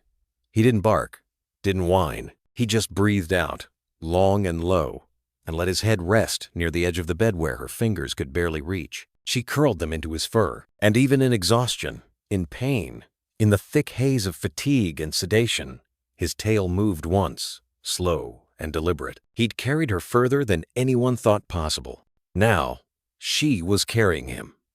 With a whisper, with a touch, with the promise that he hadn't done it in vain. It began with silence. Not the kind of silence that follows tragedy, but the kind that arrives just before it's understood. The kind that wraps around a room when something sacred is playing. The press conference room at the precinct was packed. Reporters, field producers, legal observers, and a few civilians who had stayed after the briefing. Most had come expecting another rundown of the case, a timeline of events, a clinical recap of trauma and rescue. Instead, a detective stepped forward, holding a remote. "We're releasing this with permission from the hospital's administration," he said. "It's security camera footage from the emergency entrance. We think it speaks for itself." He clicked. The screen behind him lit up. Grainy, at first black and white, timestamp flickering in the corner. A quiet night. Wind, moving trash along the curb. The ER doors slid open once, twice for nurses, EMTs. Then, just past 4:23 a.m., movement. From the edge of the frame, a shape emerged. Someone in the room gasped. It was Chase. Wet, limping, mud-caked and trembling but steady. His mouth gripped something. A coat? Number A body. Small, motionless, draped awkwardly, her arms swinging gently with each determined step. She wore one pink shoe. No barking, no panic, no confusion, only purpose. Chase walked with absolute certainty toward the glass sliding doors. They parted for him like they would any patient, except no one expected a German shepherd to cross that threshold carrying a child. He moved forward 3 steps, then paused. His chest heaved. He turned his head to look at the reception desk, where a stunned nurse jumped from her chair. Another camera angle cut in closer now. You could see her hair, matted to her forehead. The curve of her cheek pressed against his shoulder. Chase didn't drop her. He waited, until hands gentle, hesitant, human reached out. The screen froze there. A single frame. Dog, child, doorway, and something more. The detective didn't speak. He didn't need to. When the lights came back on, no one moved. The room was stone still. A seasoned field reporter from Channel 7 was wiping her cheek. "He didn't even hesitate," she whispered. Another whispered. He looked right into the camera, like he knew. By noon, the footage had gone viral. Clips raced across every social platform. Dog saves girl from forest nightmare. Hero with 4 paws. Shepherd of hope. Hospitals in other states called to verify the footage. Journalists demanded an interview with the dog's handler only to learn he had none. A CNN anchor choked up live while describing the frame-by-frame moment Chase waited at the ER entrance mud sliding off his coat, eyes never blinking, as if saying, "Take her. I've done all I could." One behavioral psychologist posted a thread. "This isn't instinct. This is love. Protective, intelligent love." Another added, "Dogs don't lie. Their actions reflect the soul. What you see here is a soul that refused to quit." In a quiet room in the pediatric ICU, one nurse held her phone out toward the recovering girl. "Sweetheart," she said softly, "do you want to see how you got here?" The girl blinked. She was sitting upright now, weak but alert, her hand still resting against Chase's chest as he lay beside her bed. She nodded slowly. The nurse played the clip. No sound, just motion. As the girl saw herself limp, broken, carried like something precious in Chase's mouth, her lips parted, then trembled. Her hand tightened around his fur. "That's me," she whispered. "That's me." "And that's him." The nurse smiled gently. "That's your boy." The girl leaned forward, resting her forehead against Chase's. "He came back," she whispered into his ear. "You really came back." Chase didn't stir, but his tail moved, just once, in reply. Back at the precinct, the lead investigator stared at the paused frame again. They'd analyzed every second of that footage, checked for edits, angles, anomalies. There were none. It was pure, raw, real. He tapped the edge of the monitor, murmuring to himself. Whatever happened out there, that dog made a decision. A young officer next to him asked, "You think he knew where the hospital was?" The man shook his head. He didn't need to know where. He just needed to know who. "Oh, who?" "Her," he said simply. He followed the memory of her scent, the idea of her, the need to save her. The officer frowned. "But dogs aren't trained for that." The man looked back at the screen. "No," he said. "But heroes aren't trained either. They're called. And sometimes they answer that call. On four legs, carrying the weight of a life." It was early morning when the sketch artist arrived. The girl still pale, still tethered to IVs, and Monitor sat upright for the first time without trembling. Chase lay at her feet, his chin resting across her ankles, as if he'd appointed himself guardian of every breath she took. A child psychologist sat nearby, gently guiding. "Okay, sweetie, we'll go slow," she whispered. "You remember his eyes?" The girl didn't blink. "They were mean," she said softly. "They were blue, but not nice blue." "Oh, like a cold blue?" the artist asked, pencil poised. She nodded. "And he had a line, right here." She dragged a finger across her cheek. "A scar. He said it was from a motorcycle crash." The pencil moved in quiet circles. Chase shifted, but didn't lift his head. The sketch grew with each word: high cheekbones, sharp jaw, weathered skin that looked older than his voice. The girl remembered things in flashes. His boots were muddy. His breath smelled like gasoline. He wore a frayed baseball cap that didn't match the rest of him. "He said he was my uncle," she whispered, "but I'd never seen him before." The room darkened as clouds rolled past the window. Somewhere beyond those walls, a man still walked free. And now they had his face. By noon, the BOLO alert had been issued. "Be on the lookout. White male. Approx. 40, 50. Scar on right cheek. Maybe using alias. Considered dangerous." The composite sketch was everywhere in precincts, gas stations, school entrances, pinned to grocery bulletin boards. Deputies stapled them to utility poles under rain clouds that hadn't broken yet. One local radio station interrupted its morning music show just to read the alert aloud. The host's voice cracked on the words, "Believed to have abducted a child." Online, it spread faster. Reddit, Facebook, Instagram stories with a warning flare emoji, and the tag, number, "Find him before he finds another." The comments poured in. "He was in our town last summer, sold generators door to door. I swear I saw that man on the 27 bus last week. God, that poor girl. I hope they catch him." People looked twice at their neighbors, and the town held its breath. In the incident command trailer behind the police station, maps were spread wide across a folding table. Bright pins stabbed locations mentioned by the girl. He drove a red truck. "There was a fence with yellow paint. I heard trains, or something like trains." An investigator traced a potential route with his finger, then paused. "There's a private service road cutting through the forest from the east. Leads toward those abandoned mining cabins." Another leaned in. "Could explain why Chase came from that direction." And the girl said there were old tools, rusted, hanging on hooks. No electricity. "Which puts us here." He tapped a triangle drawn in red ink. "About 8 miles from where the ranger found Chase's tracks." A silence settled between them. If they were right, they were close. Terrifyingly close. At the hospital, the girl had fallen asleep again. But even in sleep, her fingers stayed tangled in Chase's fur. Nurses walked a little slower past her door now. There was reverence in the way they moved, like they were passing through something sacred. One nurse, Amanda, scrolled through her phone during a break and paused on the sketch. Her thumb hovered. Then she turned to the television playing softly in the corner of the break room. The sketch had just popped up there too, overlaid with the words, "Suspect at large." A chill ran down her arms.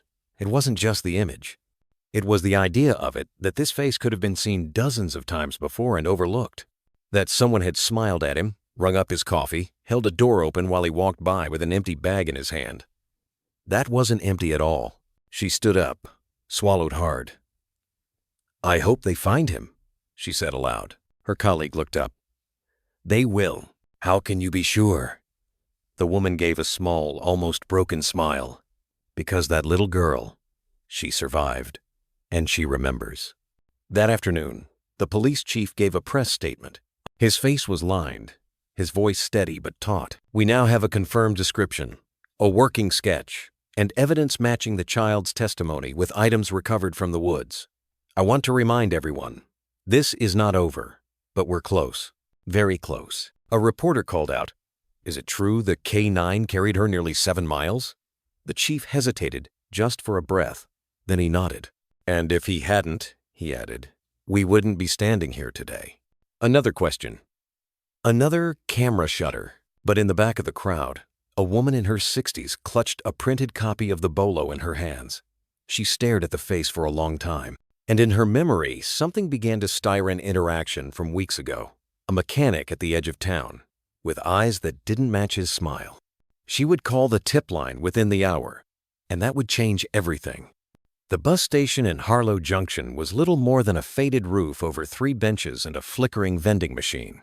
The digital departure board blinked erratically, displaying routes to nowhere in particular. Charleston, 3:10, Mill Creek, 4:45, Gray's Ferry, delayed. The man had been there for nearly an hour, hunched on the far bench. He kept his head down, cap pulled low. A hooded sweatshirt swallowed his shoulders. A wiry gray beard clung to his jawline, but the scar just visible beneath his right cheekbone remained. Slung over his shoulder was a faded backpack, child-sized, purple, with a broken zipper. The woman at the ticket window had seen it first, the contrast.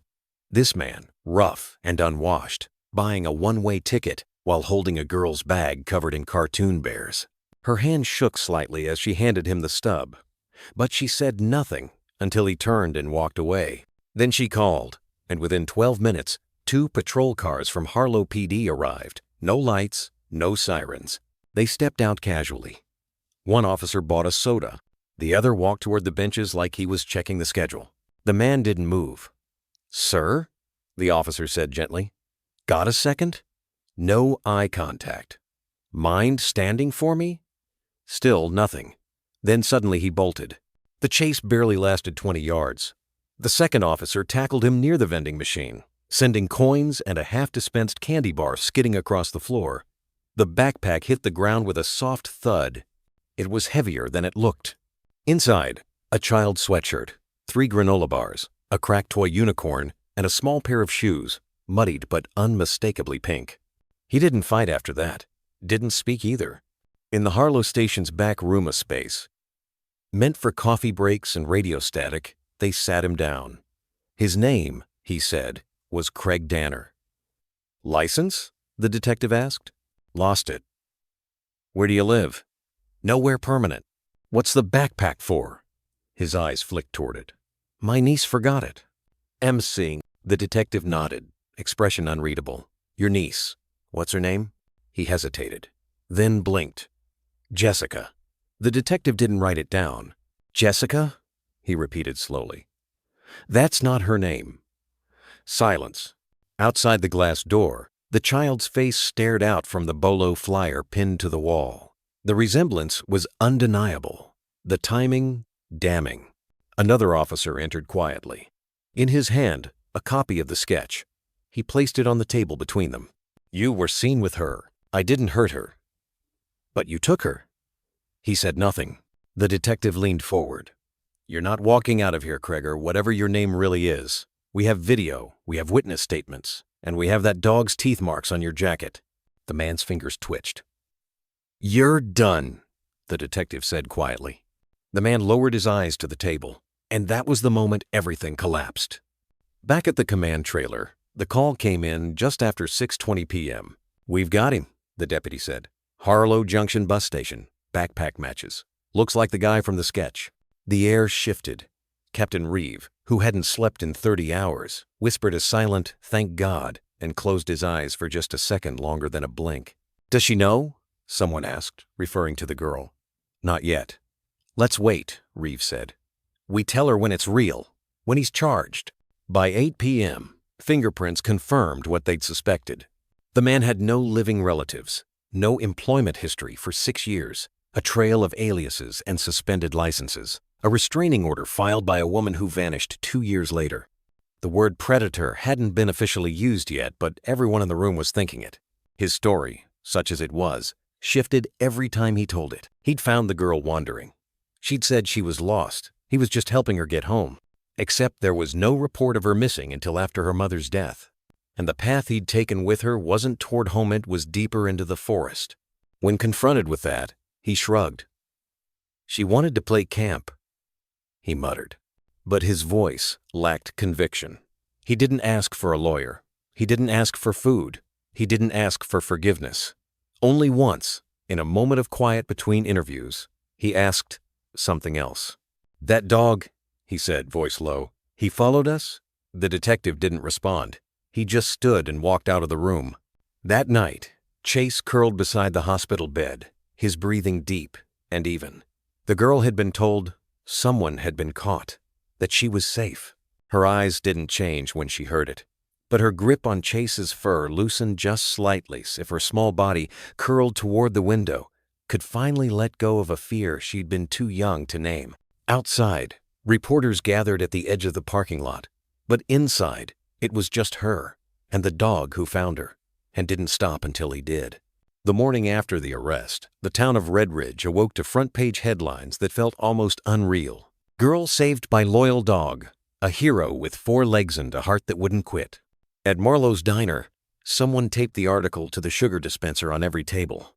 Customers sat in silence longer than usual, reading with steaming mugs of coffee in hand. The clink of spoons paused mid-stir. Even the waitress who'd worked there 22 years had tears in her eyes. "Damn dog," she whispered, "carried her through hell."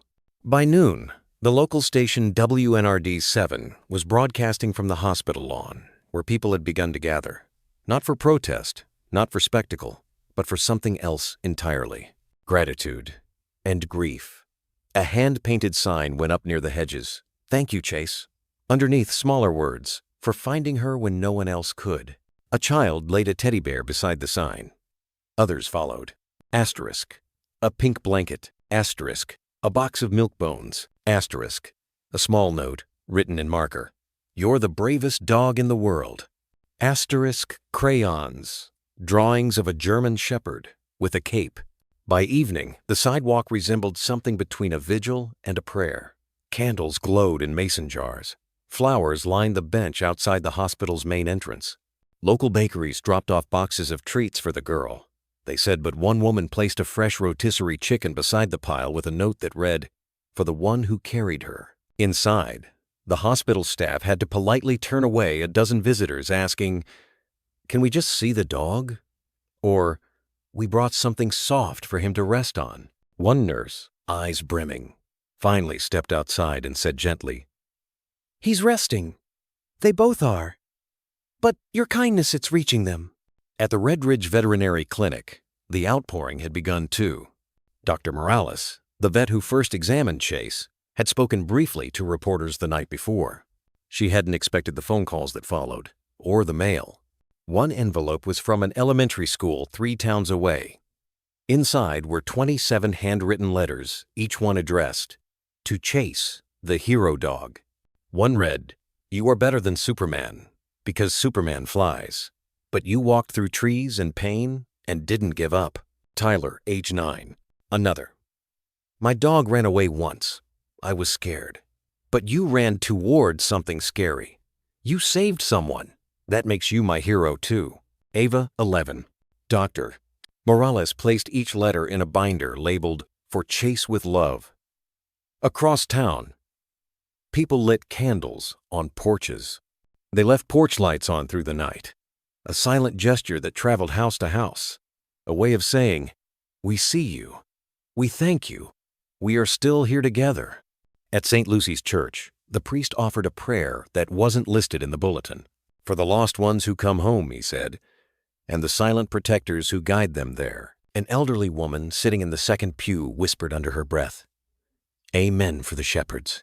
At Riverbend Elementary, the counselor began the day by showing a photo of Chase carrying the girl into the hospital. Most of the students had already seen it on their parents' phones, but in the silence of the classroom, it hit different. A first grader raised her hand. "Is he magic?" The teacher smiled, throat tight. "No, sweetie, but maybe his heart is." A boy in the back asked if Chase would come visit their school. Another offered his allowance to help buy him some new paws if his got hurt. By lunch, the principal had started a collection box, coins for Chase. Within 2 hours, it was filled with quarters and crumpled dollar bills. In one corner of town, a man sat alone in his truck, engine off. He stared at the newspaper on his lap. He was a war vet, had served with canines before, had held a German shepherd as it bled out from an IED in the Afghan dust. He knew what loyalty looked like, what pain looked like, and he whispered to no one, "That dog, he didn't just save the girl. He reminded all of us what love really means." As the sun dipped behind the ridgeline, painting the clouds in hues of violet and amber, a soft breeze moved through the vigil site outside the hospital. A woman knelt to relight a candle that had flickered out. A young boy placed a small knitted sweater on the bench, and an elderly man, cane in hand, stood silently before the mountain of gifts and whispered one line, "Not all heroes wear badges. Some walk on 4 legs." Behind the glass of the hospital room, the girl lay curled beneath a soft quilt. Her hand still rested on Chase's back. He didn't stir, but his ear twitched once, as if, even in sleep, he could hear the town's heartbeat and knew it was finally beating with him. The hospital room was quiet, save for the soft beeping of a monitor and the occasional rustle of sheets. Outside, sunlight filtered through blinds, striping the girl's blanket in golden bars. She sat curled on the bed, knees drawn tight to her chest. One hand gripped a threadbare stuffed rabbit. The other never left Chase's fur. The dog bandaged and bruised lay beside her, chest rising in slow, steady rhythm. His head rested across her legs like an anchor, or a vow. 2 social workers stood just outside the glass door, their voices hushed but tense. No known relatives, no father on record. The mother's been out of the picture for months, possibly longer. "We're working through the foster registry, but most homes can't take in a large dog, let alone one recovering from injury." Inside the room, the girl turned her face toward the window, but her eyes stayed vacant. She hadn't said much since the arrest, only short replies, barely above a whisper, except for one thing, "I'm not leaving him." She'd said it when the nurse suggested a separate recovery room for Chase. She'd said it again when a volunteer tried to coax her into eating without him nearby. And now, when the caseworker finally entered with a clipboard and a soft voice, she said it one more time. "If he doesn't go, I don't go." By late afternoon, they'd exhausted the first 2 counties. A family in Green Hollow had Roombutt allergies. Another in Bridgevale said they'd welcome her, but the father was afraid of big dogs. A third in Pine Ridge had a dog of their own and wasn't sure Chase would fit in. Meanwhile, word had spread that the girl had no home to return to, that she'd lost everything except him. Outside the hospital, the mountain of donations continued to grow. Blankets, coloring books, even a set of matching collars sewn for a child. One for a dog. Someone left a card with glittered edges that simply read, "You belong together." But paper sympathy couldn't solve paperwork. Not when state policy required temporary placement within 48 hours. And not when every option meant separating them, even if only briefly. The girl wouldn't cry. Not now. Not in front of them. But her hand trembled when she heard the word temporary. It sounded like being taken again. Like the word home was something they'd build for her without asking what home really meant. And home, for her, was warm fur. Home was the steady thump of a tail when nightmares crept in. Home was Chase. That night, after the hospital lights dimmed, a pediatric nurse named Clara sat at the foot of her bed, folding gauze into quiet squares. She didn't push, didn't press. But after a long moment, the girl whispered, "He found me when nobody else did." Clara glanced toward Chase. "I know, sweetheart." "He came all that way," she added. "He didn't even stop, not even when I wasn't moving." Her voice cracked, but she didn't cry. "He carried me." Clara swallowed the lump in her throat. "You know what I think?" she said gently. "I think he's not done carrying you yet." The girl looked up. Her eyes were raw, but steady. "Then I'm not going anywhere without him." At furrow. The next morning, the social worker returned with tired eyes and a file that had already been rewritten twice. She opened with the usual reassurances, logistics, temporary guardianship, but the girl didn't blink. She pointed to the corner where Chase lay on a donated fleece rug, his tail flicking faintly in his sleep. "If he stays, I stay. We're working on that number. He goes with me, or I don't go." The worker sighed. "Honey, it doesn't work that way." The girl said nothing. She simply reached for Chase's paw, curled her fingers around it, and held on like a lifeline. A nurse, watching from the doorway later, said it felt like watching someone refuse to be orphaned again. By midday, the conversation had shifted from placement to possibility. They called in animal behaviorists, again this time not to examine Chase's instincts, but his attachment. The vet faxed over medical clearance. The hospital cleared him for discharge under condition he be monitored. And finally, someone suggested a novel idea. "What if," the head nurse said, "we don't ask her to leave Chase? What if we find someone who says yes to both?" The silence that followed was thick. Hopeful, impossible, but maybe not. Because somewhere just 2 towns over someone had said yes. She'd seen the story online, watched the footage, read the letters, and when she saw the girl's face, chin tucked beneath Chase's head, something in her shifted. Something maternal, something that had lost and still wanted to give. The paperwork would take time, background checks, vetting, temporary custody. But for now, just for now, the girl wouldn't have to choose. Because someone, finally, had chosen her and Chase together. The house was small, tucked between 2 maples, with chipped white siding and a red door that creaked when the wind blew. But to her, it felt bigger than any place she'd ever been, because he was there. And this time, no one said he couldn't stay. No paperwork demanded he sleep outside. No signs marked where he could or couldn't go. No voices whispered about rehoming or liability. Here, Chase was hers, and she was his. And they were safe. The foster mother, Evelyn, didn't ask too many questions that first night. She simply made up the spare bedroom with fresh sheets and left a plate of warm mac and cheese on the table. She didn't flinch when Chase followed the girl from the bathroom to the hallway, then to the kitchen, then back again. Didn't scold when he curled up beside her chair at dinner, head resting gently on her bare feet.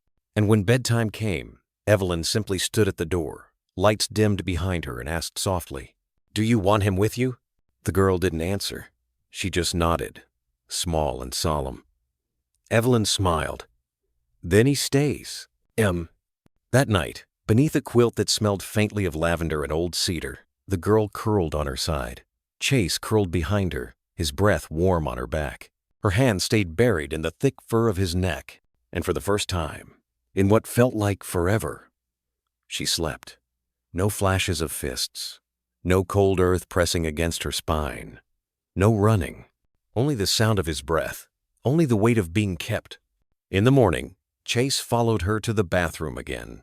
Waited just outside the door. When she brushed her teeth, he lay at her feet. When she dropped a bit of toast at breakfast, he didn't move until she offered it. They moved like magnets drawn, inseparable. At first, Evelyn worried it was trauma. But then she saw it in Chase's eyes, the calm, unwavering way he watched the girl. Not anxious, not possessive, just present. "He's not guarding her," she whispered once to the social worker during a check-in. "He's grounding her." By the end of the week, their rhythm was unspoken. When she painted, he dozed beside the easel. When she read, he rested his chin on the edge of the book. When she cried sometimes in the middle of the night, wordless, breathless, she'd press his body against hers like he could hold the sadness in place until it passed. And when she laughed, which came slowly, quietly, like spring, after a long freeze, he'd thump his tail like he'd been waiting just for that sound. Evelyn noticed. So did the caseworker. But it wasn't until the girl looked up one morning, eyes still rimmed with sleep and whispered. He's the only one who didn't leave, that they finally understood. This wasn't just trauma bonding. This was survival becoming sanctuary. One evening, Evelyn found them in the backyard under the maple tree. The girl had fallen asleep in the grass, an open sketchbook by her side. Crayons scattered like petals. Chase lay wrapped around her, one paw draped gently across her chest. The drawing showed two figures, one small, one furry. Above them, scrawled in wobbly pencil, "We stay together." Evelyn pressed her hand over her mouth, not because she wanted to cry, but because she finally could. They weren't just surviving anymore. They were healing, together. The bell hadn't rung yet. The hallway buzzed with the kind of uncertain energy only the first day of school could hold, too loud in some corners, too quiet in others. Brand new shoes squeaked on polished linoleum. Backpacks swung like pendulums from nervous shoulders. And then everything changed. Not with a crash, not with a scream, but with the soft click of claws on tile. She stepped into the hallway with Chase at her side. The leash was blue, faded in places, chewed at the edge. But her hand gripped it like it was a lifeline, and maybe it was. She wore a plain yellow dress, her shoulders drawn tight, a backpack too big for her frame. But her steps, though small, didn't waver. She walked with the quiet courage of someone who had already been through the worst day of her life and was still standing. Chase walked in perfect step, not pulling, not sniffing, just moving with her, as if he knew this was sacred ground, as if he knew today, more than ever, she needed to be believed. At first, the children only whispered, "Is that a dog? Why is he here? She doesn't talk much. She's the one from the news." But they didn't say it with cruelty, just curiosity. The kind that makes kids hold their breath when they know something important is happening but can't quite name it. Then someone pointed, and someone else stared. And in a second-grade classroom at the end of the hall, one teacher, Mrs. Holden, stood from her desk, took a single look at the pair in the doorway, and covered her mouth. Tears welled instantly. She had seen the video. Everyone had. The dog who carried the girl into the hospital like it was the most natural thing in the world. But seeing them know in the light of a school morning, her small hand holding his leash like it anchored her to this life, it was different. It wasn't survival anymore. It was beginning. "You must be Emma," she whispered, voice trembling. The girl gave a small nod. Chase stood beside her, eyes steady, posture alert but calm. Mrs. Holden lowered herself to one knee, let her hand hang loose and open, a silent invitation. Chase stepped forward, gave a brief sniff, then leaned in with the faintest tail wag. Approval given. "We're so glad you're here," she said. The school had made an exception. Chase wasn't certified as a therapy dog. He hadn't passed any formal K-9 training. He wasn't registered in any database or part of a service animal registry. But he had done something no certification could measure. He had kept her alive. So, the principal had said yes. The district had agreed. And the teacher had rearranged her classroom so there'd be space beside Emma's desk, just big enough for a loyal German shepherd to lie beside her feet. They didn't force Emma to speak. Not when she hesitated during roll call. Not when she passed on reading aloud. Not even when she paused at lunchtime, eyes wide, hands frozen over her sandwich, like she had suddenly remembered a world where food had to be hoarded. Chase would nudge her hand. Sometimes, just once, sometimes twice, and that was enough. She'd blink, chew, swallow, return. Mrs. Holden watched it all, scribbling quiet notes she never shared. Her heart cracked a little more with every glance between the girl and the dog. She wasn't a trained psychologist, but she knew healing when she saw it, and it was sitting right in front of her, head resting on two paws, ears flicking softly at every new sound, staying absolutely still beside the girl who had seen more darkness than any child ever should. At recess, Emma stayed by the wall. She didn't run, didn't climb, didn't join the jump rope chant, but Chase stood like a sentinel beside her, unmoving, unshakable. Until one little boy approached with a juice box in hand. "Can I pet him?" Emma looked down at Chase. The dog didn't bark, didn't growl. He simply sat. She gave the smallest nod. The boy reached out gently, touching the soft fur on Chase's head. His eyes widened. "He's warm," the boy whispered, "like a blanket that breathes." Emma said nothing. But her lips curved, not a full smile, just the beginning of one. And it was enough. When the bell rang at the end of the day, Emma was the last to leave the classroom. Chase stood and stretched, his body long and graceful. Then, without command, he walked beside her again. As they stepped back into the hallway, quieter now, filled with backpacks zipped tight and voices echoing toward buses, Mrs. Halden placed a gentle hand on Emma's shoulder. "You were very brave today," she said. Emma didn't answer, but she looked up, met the teacher's gaze, and for the first time all day, she nodded. Not small, not hesitant, but certain. Chase wagged his tail, and together, they walked out the red doors into the golden afternoon light. It wasn't a big event. No spotlights, no grand stage, just the modest courtyard outside Gracefield Memorial Hospital, lined with folding chairs and wilting fall chrysanthemums, some planted hastily the night before.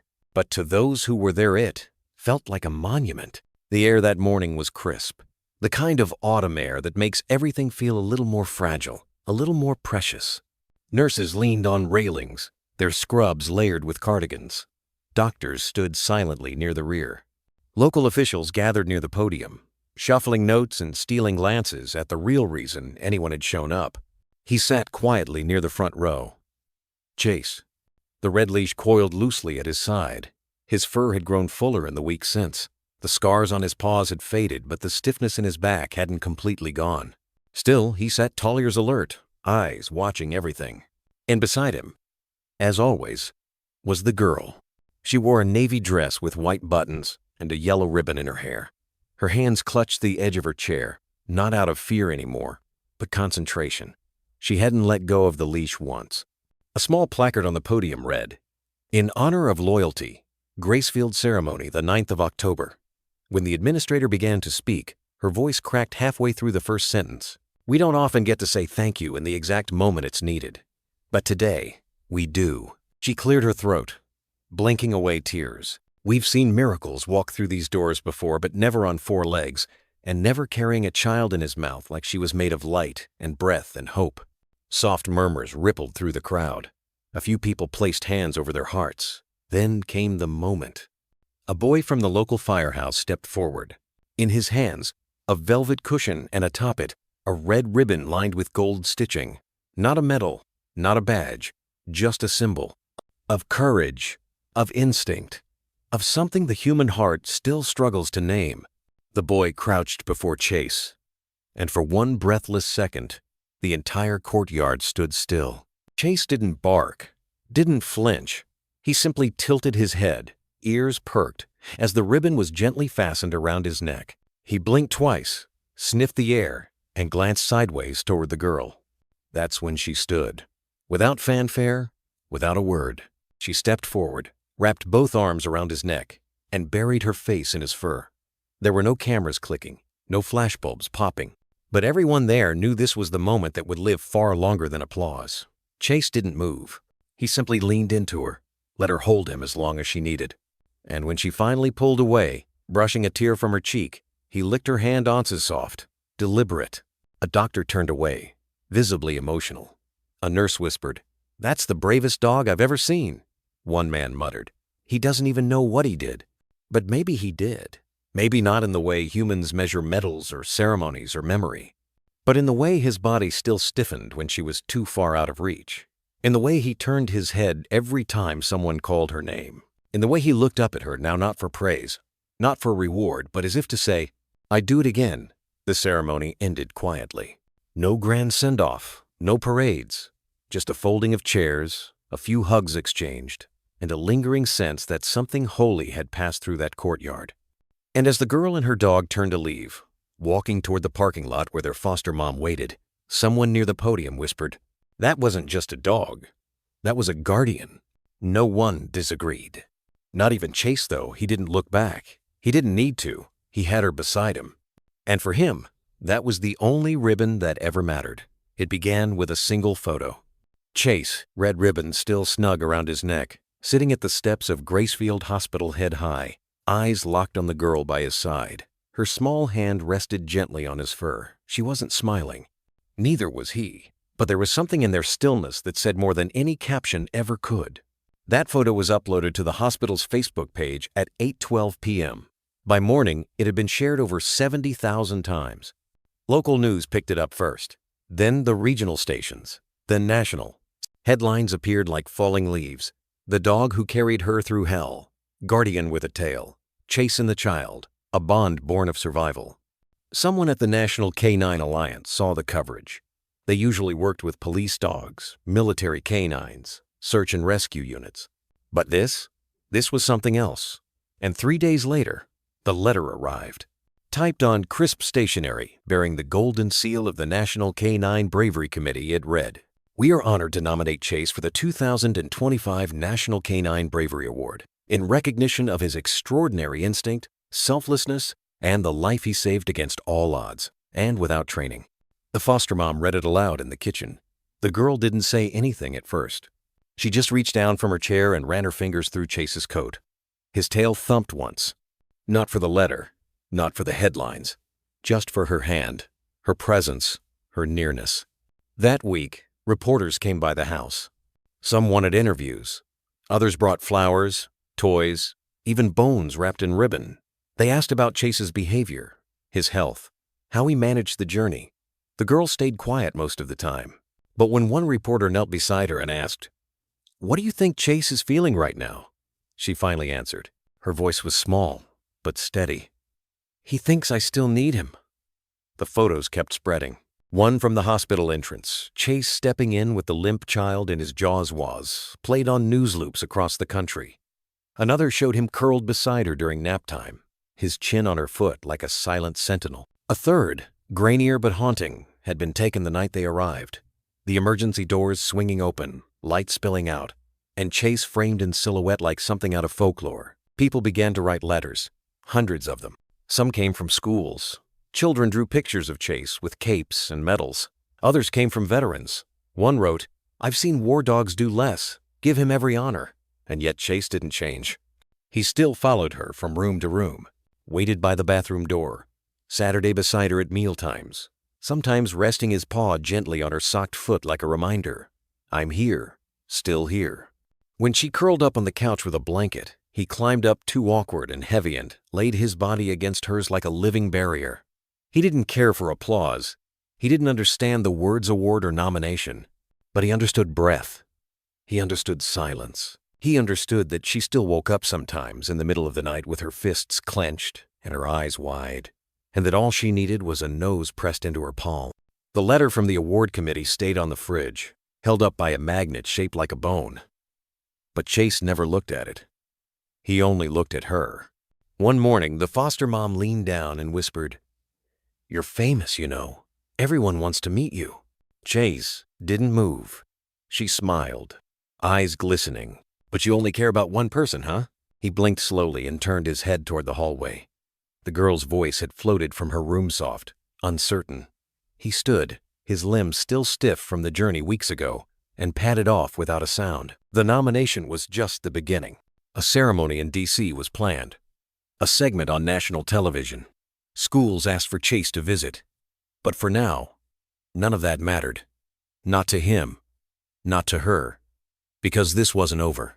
There were still things Chase did in the dark, circling the bed once, twice, nose twitching toward the window. Still the way he flinched when a door slammed too hard. Still the way he pressed his body closer when she had a nightmare and whispered, "Don't leave." To the world, Chase was a hero. To her, he was home. And maybe that's the only award he ever truly wanted. It started with a drawing. Crayons scattered across the kitchen table. Paper smudged by small fingers. The girl had been unusually quiet that afternoon.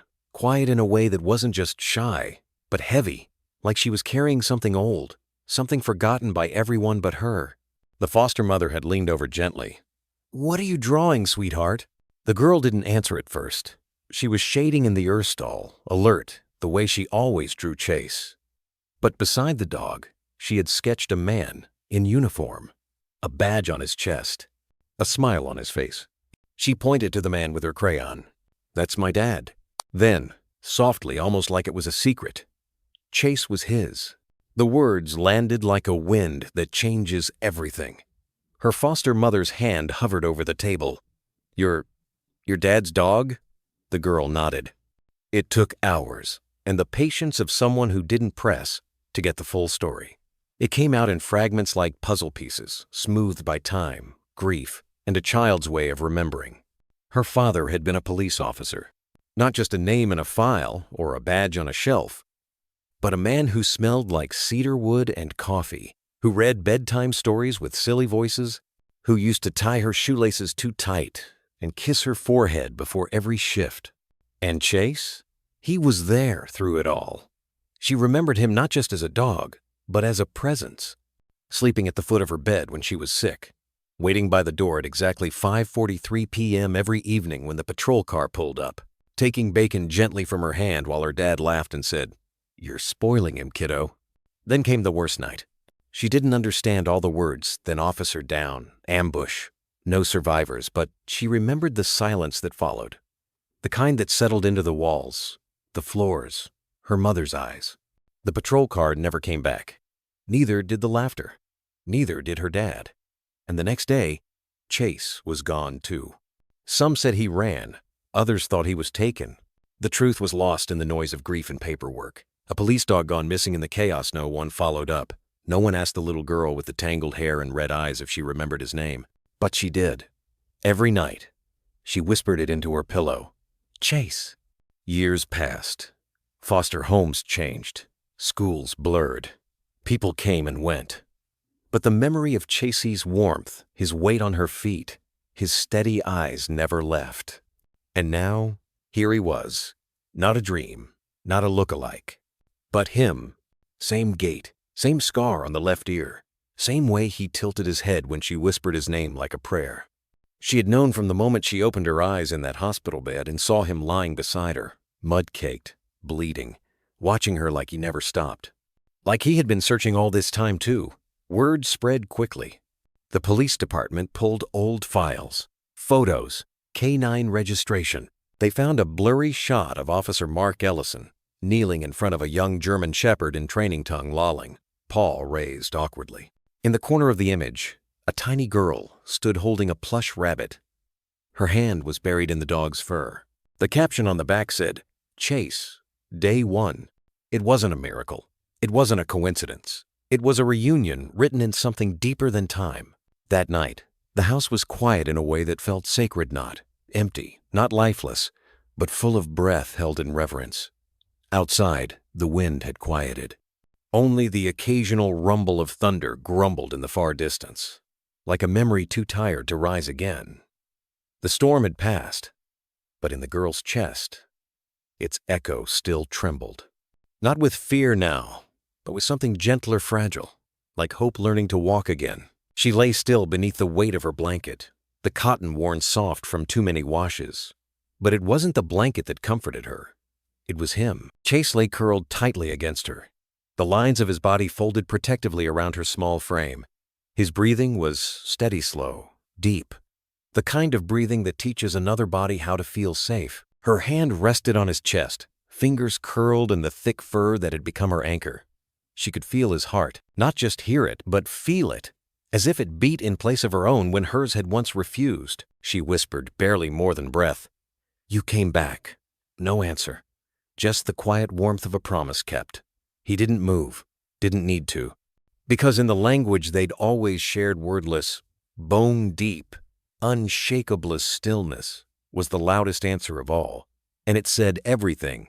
A single tear slipped from her eye, tracing a slow, aching path down her cheek before disappearing into the fur beneath her palm.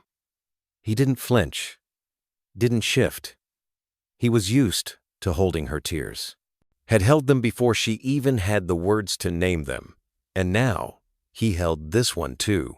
The room around them, dimly lit by a lamp on the dresser, was filled with gentle shadows. On the wall across from them, a collection of drawings trembled slightly in the hush crayon trees. A lopsided sun, stick figures holding paws. They had names scrawled beneath them, some misspelled, but always two names that came together, hers and his. They had always been a pair, even when the world forgot.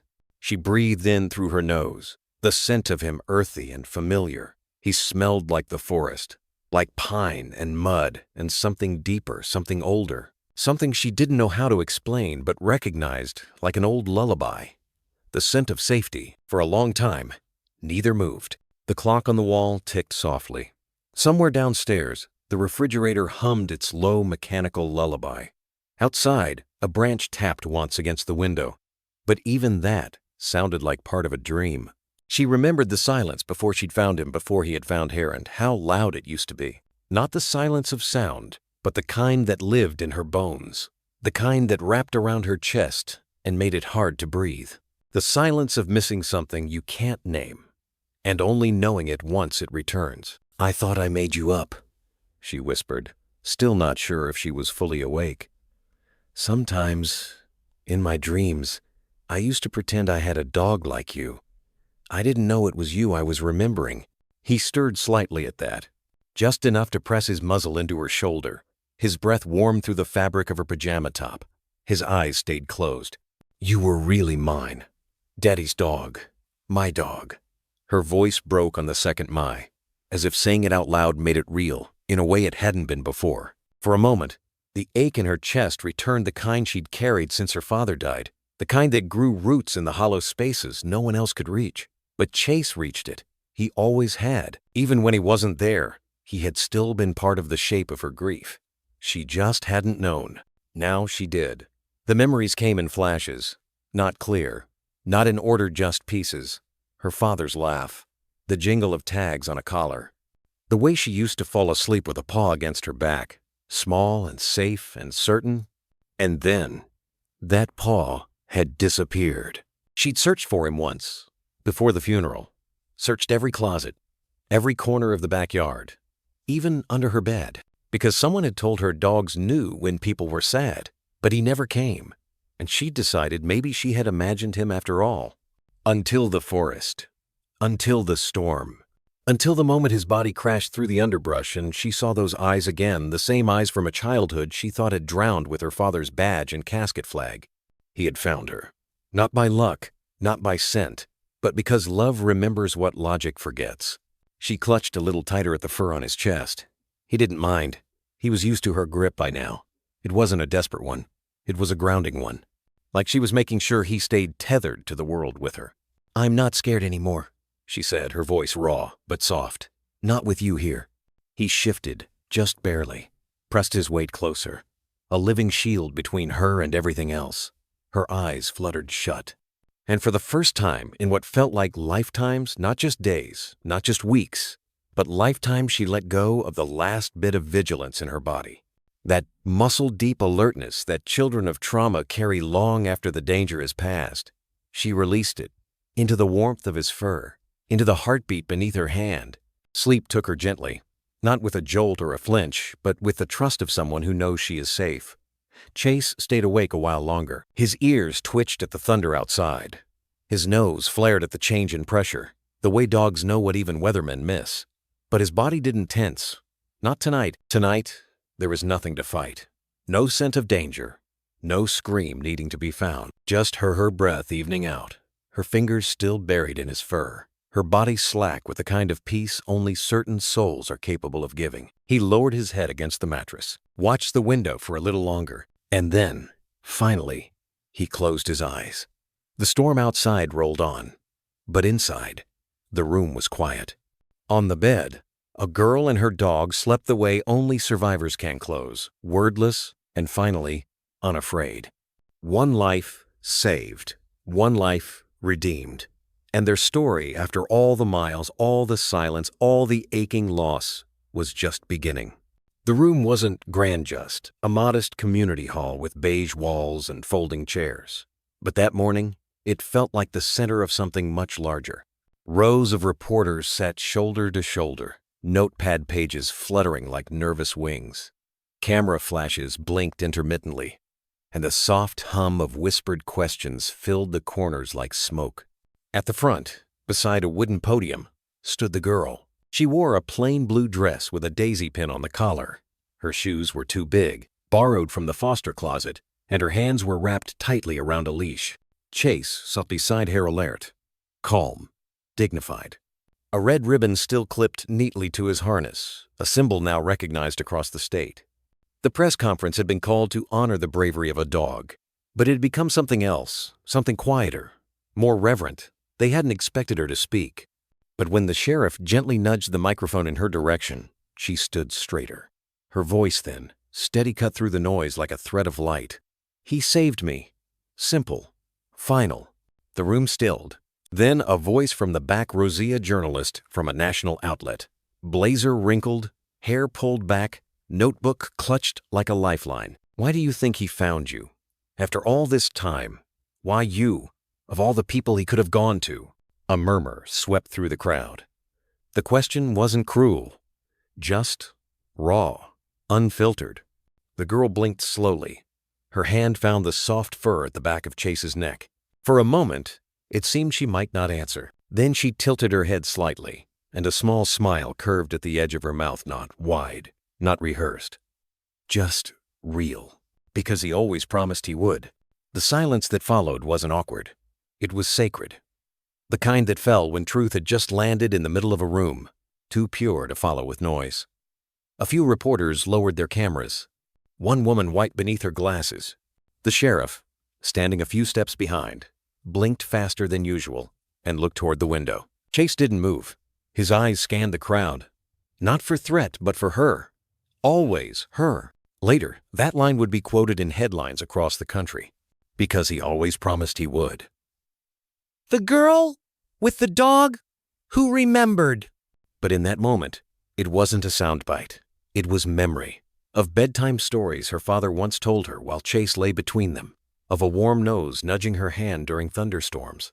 Of a voice her dad's whispering, "Chase will always look out for you, even if I can't." And somehow, he had. Even when the world fell apart. Even when no one else came, he remembered. And he came back. The rain came late. It tapped gently at first, like a polite guest at the window, before building into a rhythmic hush that swept across the roof like a tide.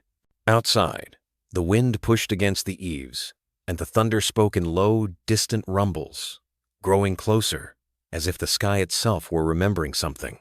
Inside the small bedroom, it was quiet. Not silent, but filled with the soft sounds of safety. The girl lay curled beneath a faded comforter printed with cartoon owls. Her foster parents had tried to make the room feel welcoming. There were pastel stars stuck to the ceiling, a lamp shaped like a moon, and books stacked neatly by her bedside, untouched. Most nights, she barely reached for them. But tonight was different. Because Chase was here. When the thunder cracked, she stirred a flicker beneath her eyelids, a sharp breath. In the months before, sounds like that would have sent her into panic, into silence, into herself. But not now, because before the fear could find her, Chase moved, not with a bark, not with urgency, just presence. He stood up from the rug beside her bed, stretched slowly, and pressed his warm body against the edge of the mattress.